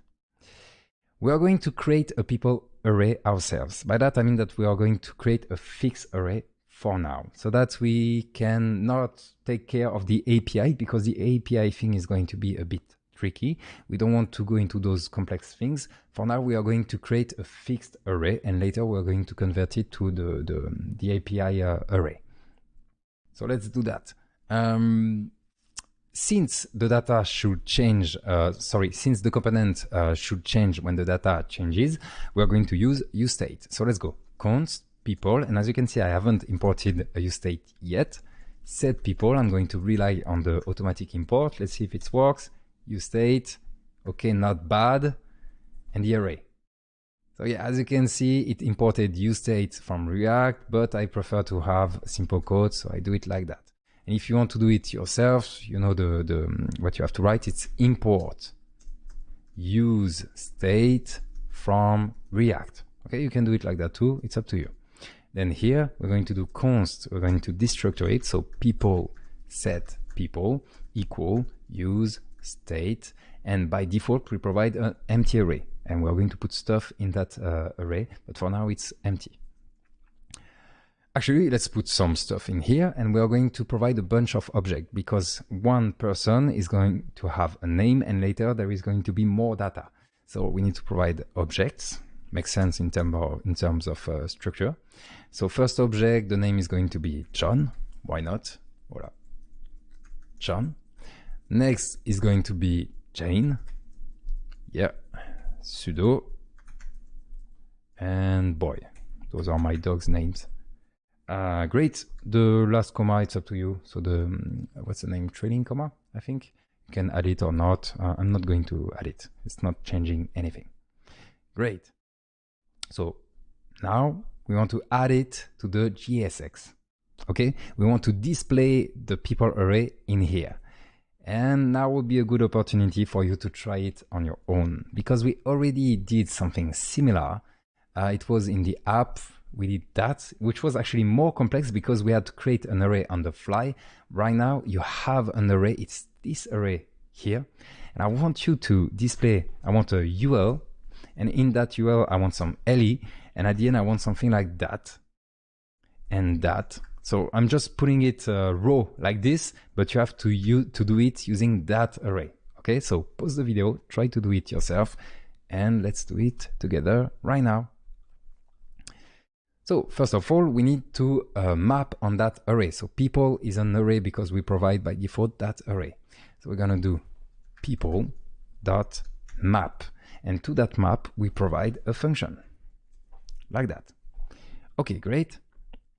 In that function we are going to retrieve the different elements.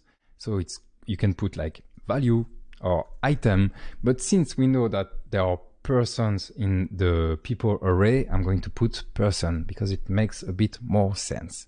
And we are going to return, so it's slightly different from this, but those are just line breaks. So I'm going to return in the map, in the function I provide to the map, I'm going to return the person. So person is the whole object, and me, I want to provide the name only. I know I don't have any UL and LI yet, but let's just focus on the name for now. So I provide the name, and check that. I already have the names here. I'm going to move that lower. So I have John, Jane, Sudo, and Boy. Great. Since I only have one return here, I can get rid of the return and those curly brackets. So I can get rid of this one, and this one, and I can put it in one line. I can do that. Let's do that. If I don't have much code in the map function, why not? It's so much smaller. It's easier to understand. We can write it like that. Next, I'm going to put the LE around person name, and check that. I'm going to do something a bit weird. I'm going to put the LE here and here, and this must be injected, because if I write this, see, I have person name, person name, person name, person name. Ignore the error right here. It's not a problem yet, but because I'm just writing person name inside the LE, me, I want to inject something, so I can inject using that. And now I have the person name that is being displayed right here. Yes, I have an error. We are going to fix that. We are missing something important. Around it, we need to add the UL. Yep, just like that. Okay, now it's fine. If you check the DOM element, see that? Let me move that up a little, and this one down. I have an UL, and inside we have LI. Okay, cool. So let's get back to the console. Yes, we have an error. We are going to fix it, and you probably already know what's that error.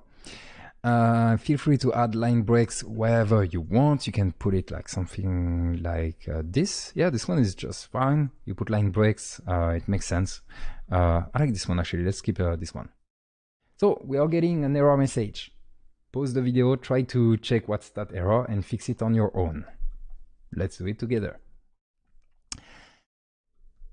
Each child in a list should have a unique key prop. It's the same issue as earlier. We need to provide a key here. So we can already write key, and here we are going to have to send something. You might think, yes, let's add the index. No, as I told you earlier, using the index is wrong. We need to use IDs when it's possible. And when we are going to retrieve data from an API, I'm going to show you the API after, we are going to have access to IDs. So it's going to be fine. So what we are going to do now is add those IDs directly in the array. So I'm going to put 1, and I'm going to change the other one to 2, 3, and 4. Okay. When we are going to use there is an error because this part is right here is empty. But when we are going to use the data from the API, we will have the ID and the name. So it's going to be just fine. And in here, we are not going to use the index. As I said, we are going to use the ID that we have with each person. So person.id.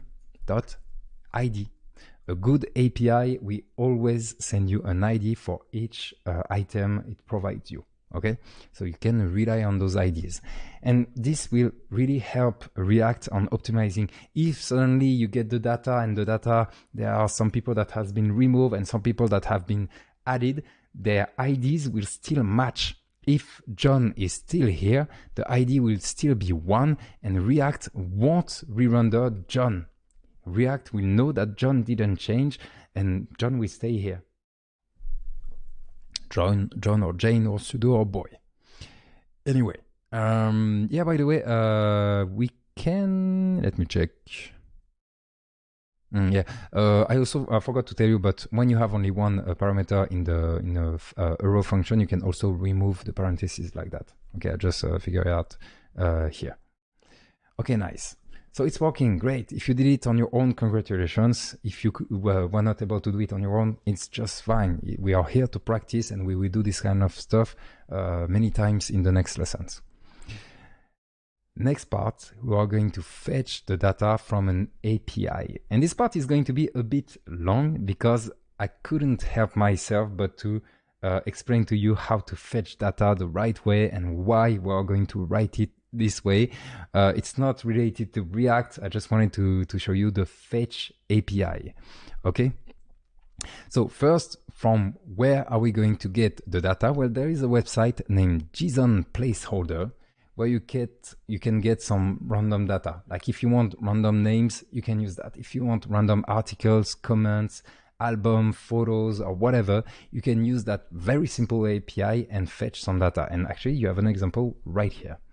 This API has some endpoints, and here's one of the endpoints. So I have some syntax correction. If you click on the link, so as always on the little link tab, you can test it. You don't have to test it. You can just watch my screen. I'm going to explain to you. As you can see, we get an array. So when you write this URL, you get an array. So it's JSON. In that array, you have multiple objects, and each object is one person. And it's randomly generated. And the first one has an ID of 1, the second one has an ID of 2, and you have some emails, some addresses. Those are all fake. Don't try to contact those people. But yeah, you also have like the position in the world. We don't care about those. All we care about is the ID and the name. All right, so that's the endpoint. So JSON placeholder tpcode.com/users. Use the link I provide with the lesson in case the link has changed. Maybe when I recorded it, it was this one. Maybe yours is different. So check, use the link from the links tab. Okay, I'm going to, actually I can keep this one and close this one and get back to my application. Nice. So to get the data from a URL, as I told you earlier, we are going to use the fetch JavaScript API. You probably heard from it. The fetch will just fetch data. You provide a URL, so in our case, it's going to be that URL, and the fetch will take the data. And we want then to use that data as the people array. It's not going to be that simple. I'm actually not a big fan of what they did with the fetch because, I mean, I know how to use it and now it's quite simple, but for beginners, it's so complex. And then I try to simplify it and it made it even more complex for beginners again. So anyway, I'm going to try to explain to you. This is kind of a bonus. It's not related to React and even less to React 3 Fiber or 3JS. So if you don't understand everything, it's fine. You can actually even skip to the end, the end code that we will put together here. So first of all, we are going to create a function. So it's going to be get people equal, and we put a function in there. You will see why later it's better to have a separated function in here. We're going to do a small trick in this one that will change the code inside the function, so it's better to separate it. When you want to use the fetch, I think it's always good to put it in a different function, especially because sometimes you put it in another component and it's easier to move when it's encapsulated inside a function. So this function purpose will be to fetch the people. We want to call getPeople on the first render only, and we can do that with useEffect because we want to call to fetch the people only once when the component appears for the first time. So by the way, in here we can put a console log, so console.log fetch people, something like that. So we want to call that function only once, so we are going to use useEffect. So I import useEffect from React, and you probably remember how we do that. So we call useEffect, we provide a function, and we provide an empty array of dependencies. Okay? By doing that, it's the third time we do it, but sometimes we need to repeat it maybe 10 times. So I repeat again. When you provide an empty array here, this function will be called only on the first render of the component, which is exactly what we want. And in here, we're going to call, let me check, getPeople. get people, just like that. Yes, we could have write something like this. I think it's just fine, but let's follow the lesson, you never know. All right, if I reload the page, we get fetch people only once on the first render of the people component. In get people, this is where we want to fetch the data from that endpoint. And we are going to use the fetch API. So how do we do that? Looks simple. We're going to create a request. So that's the part. If you already know the fetch, you know where this is going. We are going to do it the wrong way. I mean, it's going to work, but it's kind of the wrong way, and then improve on what the syntax we're using for the fetch. So we are calling, so it's window fetch, but as always, window is implicit. You can remove the window, and we call fetch, and we put that endpoint. Okay, check the links in the links tab with the lesson to make sure that this is the right endpoint. I think it will stay like that for a long time. I hope so. And we are going to log the result like this. So what do we get? Do we get the data? No, we get a promise. This is where things get a bit complicated. What is happening right now? We get a promise. Although it's not related to React, I'm going to explain everything about that. If you're familiar with fetch and promises, feel free to skip this part, okay?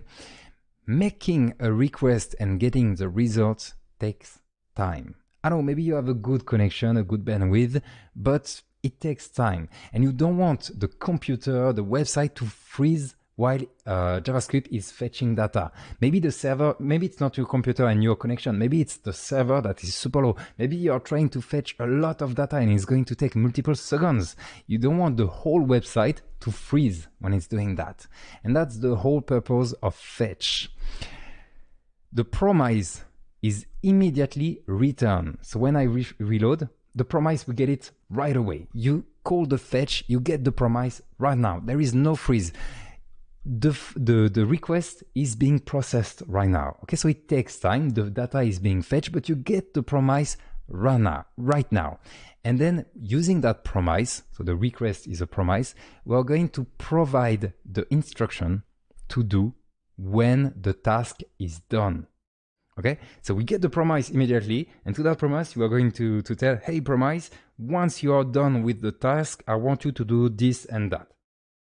During that time, the request is being processed. When the process is done, the promise will check, oh, you want me to do that? Okay, I will do that. That's the way of using a promise. By the way, we are using promises with a fetch, but it works with a lot of other asynchronous requests. You can even use it like with set interval, set timeout or things like that. But let's focus on the fetch. So how do we provide those new instructions to do once the task is done? We can do that using request and the then method. Okay, then, and we provide a function, and that function will be called once the fetch is done with fetching the data. Sounds okay, not too complicated. Wait for it. We get the response, and you have to call it response. You will see why in here. You can call it whatever you want, but it makes sense to call it response. And if you want to check what we get here, let's see. I reload the page. We get the response. So is it the data? No, not yet. It's not the data. We wanted this, and we get something else. We get a response object. What's that? Well, here's the thing. The fetch API doesn't know what you want to do with the data. It doesn't know. Yes, in our case, it's quite simple. We want to fetch the data, but actually it's not that simple. We want to fetch the data and parse it, because the data we get is just a long string that looks like an array with object inside, but we need to tell kind of the fetch, more specifically the response, that we want to parse that data. And maybe another developer want to use fetch, but he doesn't care about the data. He just want to to do a request on that URL, or maybe he wants to use it differently. Maybe we just want to retrieve, I don't know, like an email. It's just an email. It's not JSON. Well, the usages are different. So we need to now tell to the response what we want to do. So we want JSON. We want to parse the JSON. Well, good news, response has a JSON method. So we're going to do parse equal response.json, like that. Okay, let's see if we have the data here. Log, parse. Oh no, a promise again. Did we do a mistake? No. Request was a promise. Using that, we got a response. And on response, we are going to call JSON, which is supposed to parse the data. The data has been fetched at this point. Okay, but if you want to retrieve the data as JSON, you need to call JSON, the JSON method, and JSON will return a promise again. Why? Why again a promise? Shouldn't the JSON parsing be instant? Well, no. Parsing JSON is quite a long process. The JavaScript will have to check the strings, check the arrays, check where it starts, where it ends. That's a number, that's a string, and put everything together. It takes time. And the more data there is, the more time it takes. And again, you don't want the computer or the website to freeze during that. So it's exactly like the fetch. It takes time. We don't want the website to freeze. So you get a promise. And to that promise, you need to say, okay, once you are done, you're going to do that. So let's do that. Okay, promise. So the parse promise. When you are done, then you're going to do that. And that is, I have good news for you, the result. Okay, you can retrieve the result of the JSON by sending a function. So those are the instructions to do once the JSON is done. And you can retrieve the result right here. Okay, and you can log it. And I have good news. You get an array with every person in that array. So the first one is Lynn Graham with the ID of 1, and you get some data, and the second one and the third one. And we get everything here. But that was so complicated. And in the end, we get function in function in function. But I have good news. There are different ways of writing this, made possible by promises. I think it's way too complex. But once you see the end code, it will be quite easy. And even if you don't understand, let me reassure you, a lot of developers are just taking the code from Stack Overflow, putting it in the app. It's working. Thanks, Stack Overflow. So even if you don't understand, you are fine. So how to write it? Follow me. It's a bit tricky. Instead of saving in variables, check that I'm going to remove this one. Paf. I don't have a variable, okay? And I'm going to, so request doesn't exist here because I removed that variable, okay? I removed this one.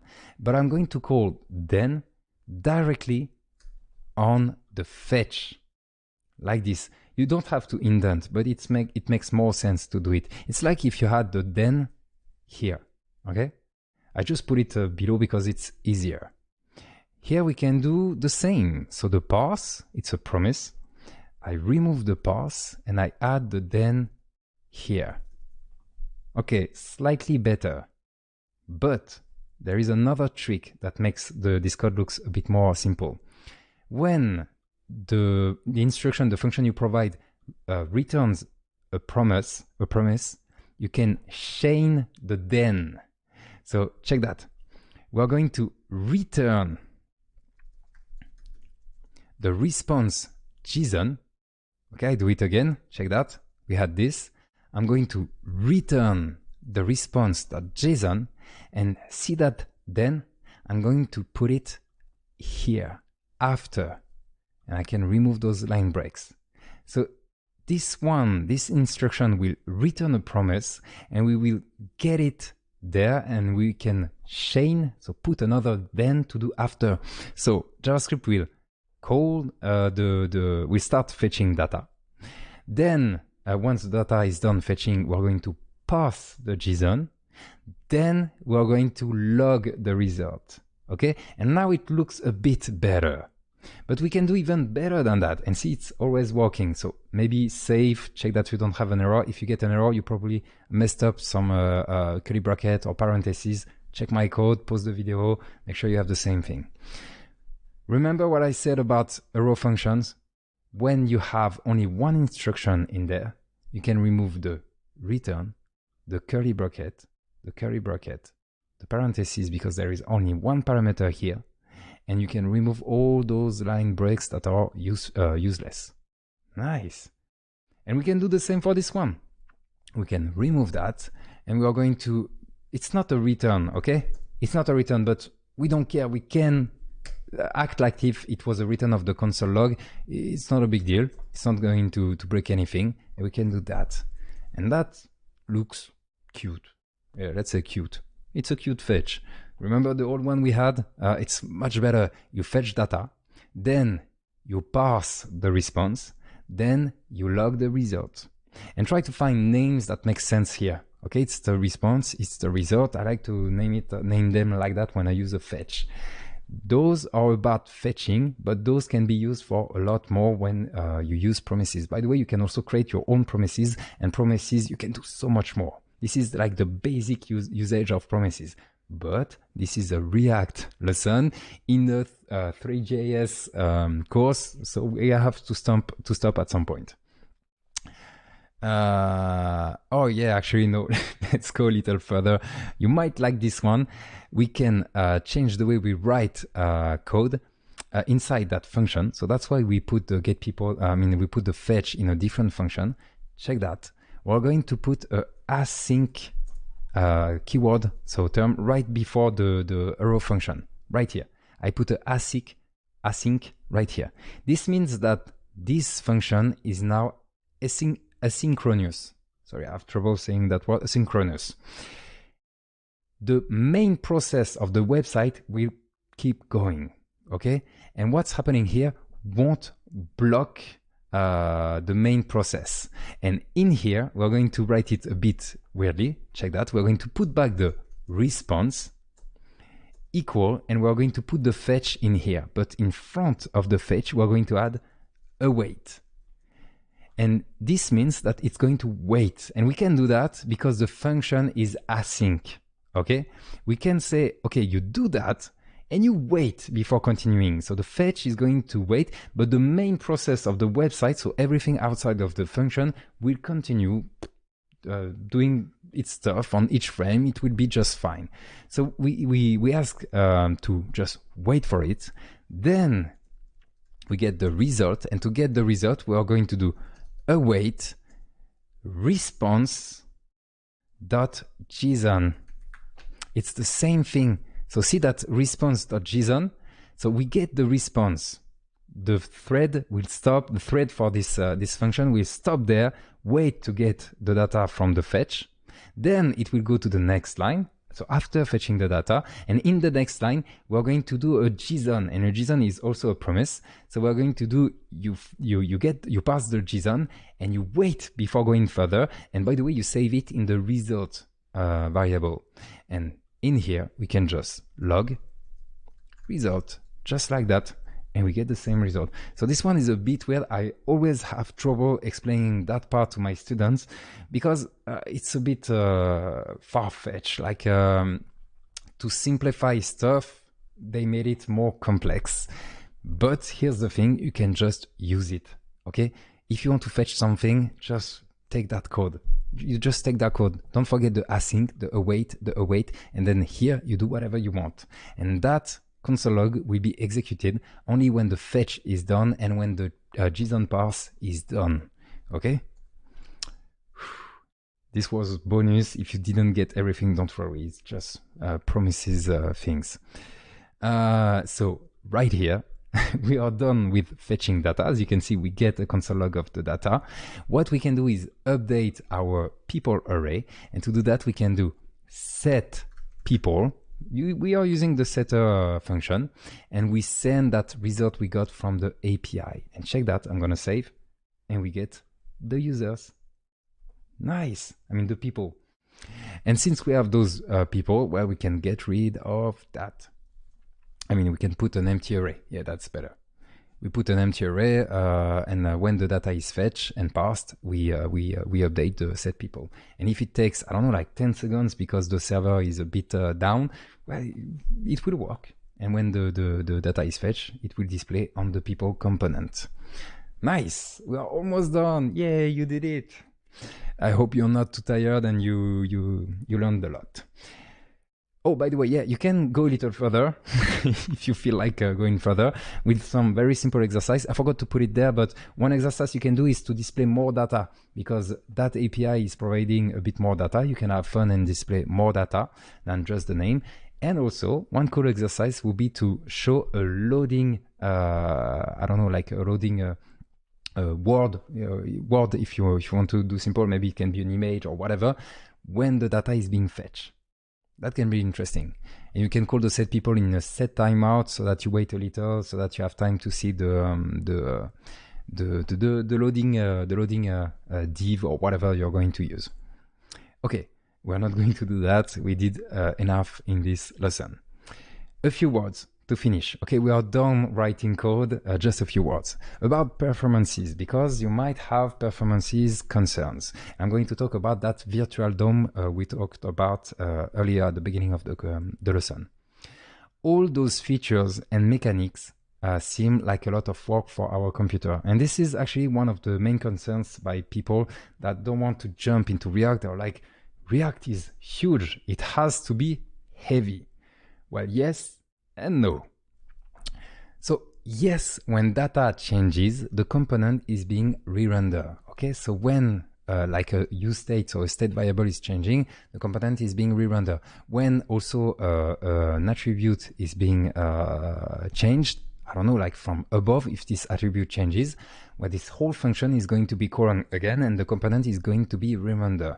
That doesn't mean that the whole component is that doesn't mean that everything inside of it will be re-rendered for the end user. So yes, the function inside of it will be called again, but what is being displayed to the user won't necessarily being re-rendered. You won't have some jumps and some redraws happening on the page all around, unless you did change everything. In that case, well, there is no choice. You need to redraw everything. You're going to redraw everything. But if you just change, I don't know, like Irvin, his name changed, React, we know that only this part has changed. Yes, this part will be called again, but if you use tools like useMemo, almost nothing will happen. And this is handled by your computer really easily. So this is nothing. This is just calling some function that does almost nothing.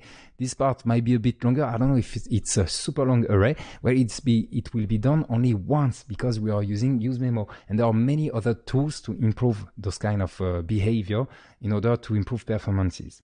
You might do mistakes that are costly for the performances. You have to keep an eye on that. You have to do some logs. I'm going to also provide you some debug tools later to really understand what is happening. So keep an eye on performances, keep an eye on potential issues you put. Maybe your component is being re-rendered way too much. Maybe you are not using the right key and then React can't optimize that list that keeps changing. So use the tools, keep an eye on performances, and you will be fine. How does React knows what to render and what not to re-render? Well, it's because React is using what we call a virtual DOM. The virtual DOM, let me see, it's a structural representation of the application. So everything you put in there, in the end, it will be some DOM elements because we are using the React DOM. It will be a website, so it will be DOM elements that the user can see.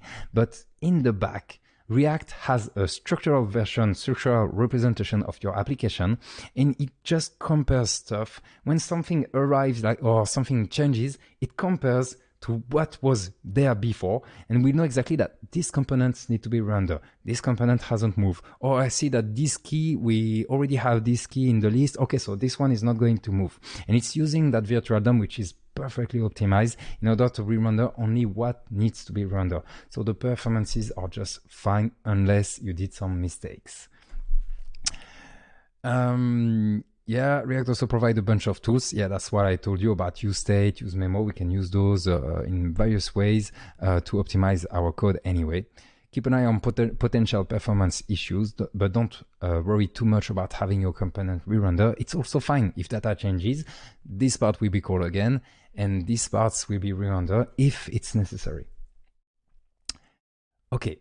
Going further, if you want to go further, so that's all for the React basics. We've learned a bit more than what we needed for the rest of the chapter, but you now have enough knowledge to start your React journey. Okay, I just wanted to give you enough knowledge to start a new adventure about React, not necessarily related to 3GS and 3GS Journey and React 3 Fiber that we are going to see in the next lesson. So you have some basics, but there is a lot more to learn, and you can find some resources on those two links right here. So I'm not going to click on them. You can click on them, use the tab link as always. So it's some tutorials, some courses. Those are great. It's a great way to learn. Just make sure that you are learning from the latest resources because React keeps changing. Like something, 2 years ago, there was quite a big change. Maybe it was 3 years ago, but every resources that has been created after are just fine for today. So just make sure that it's working with your version of React. Check the comments if it's the case. Also, there is a documentation. As I'm recording this lesson, it's still in beta.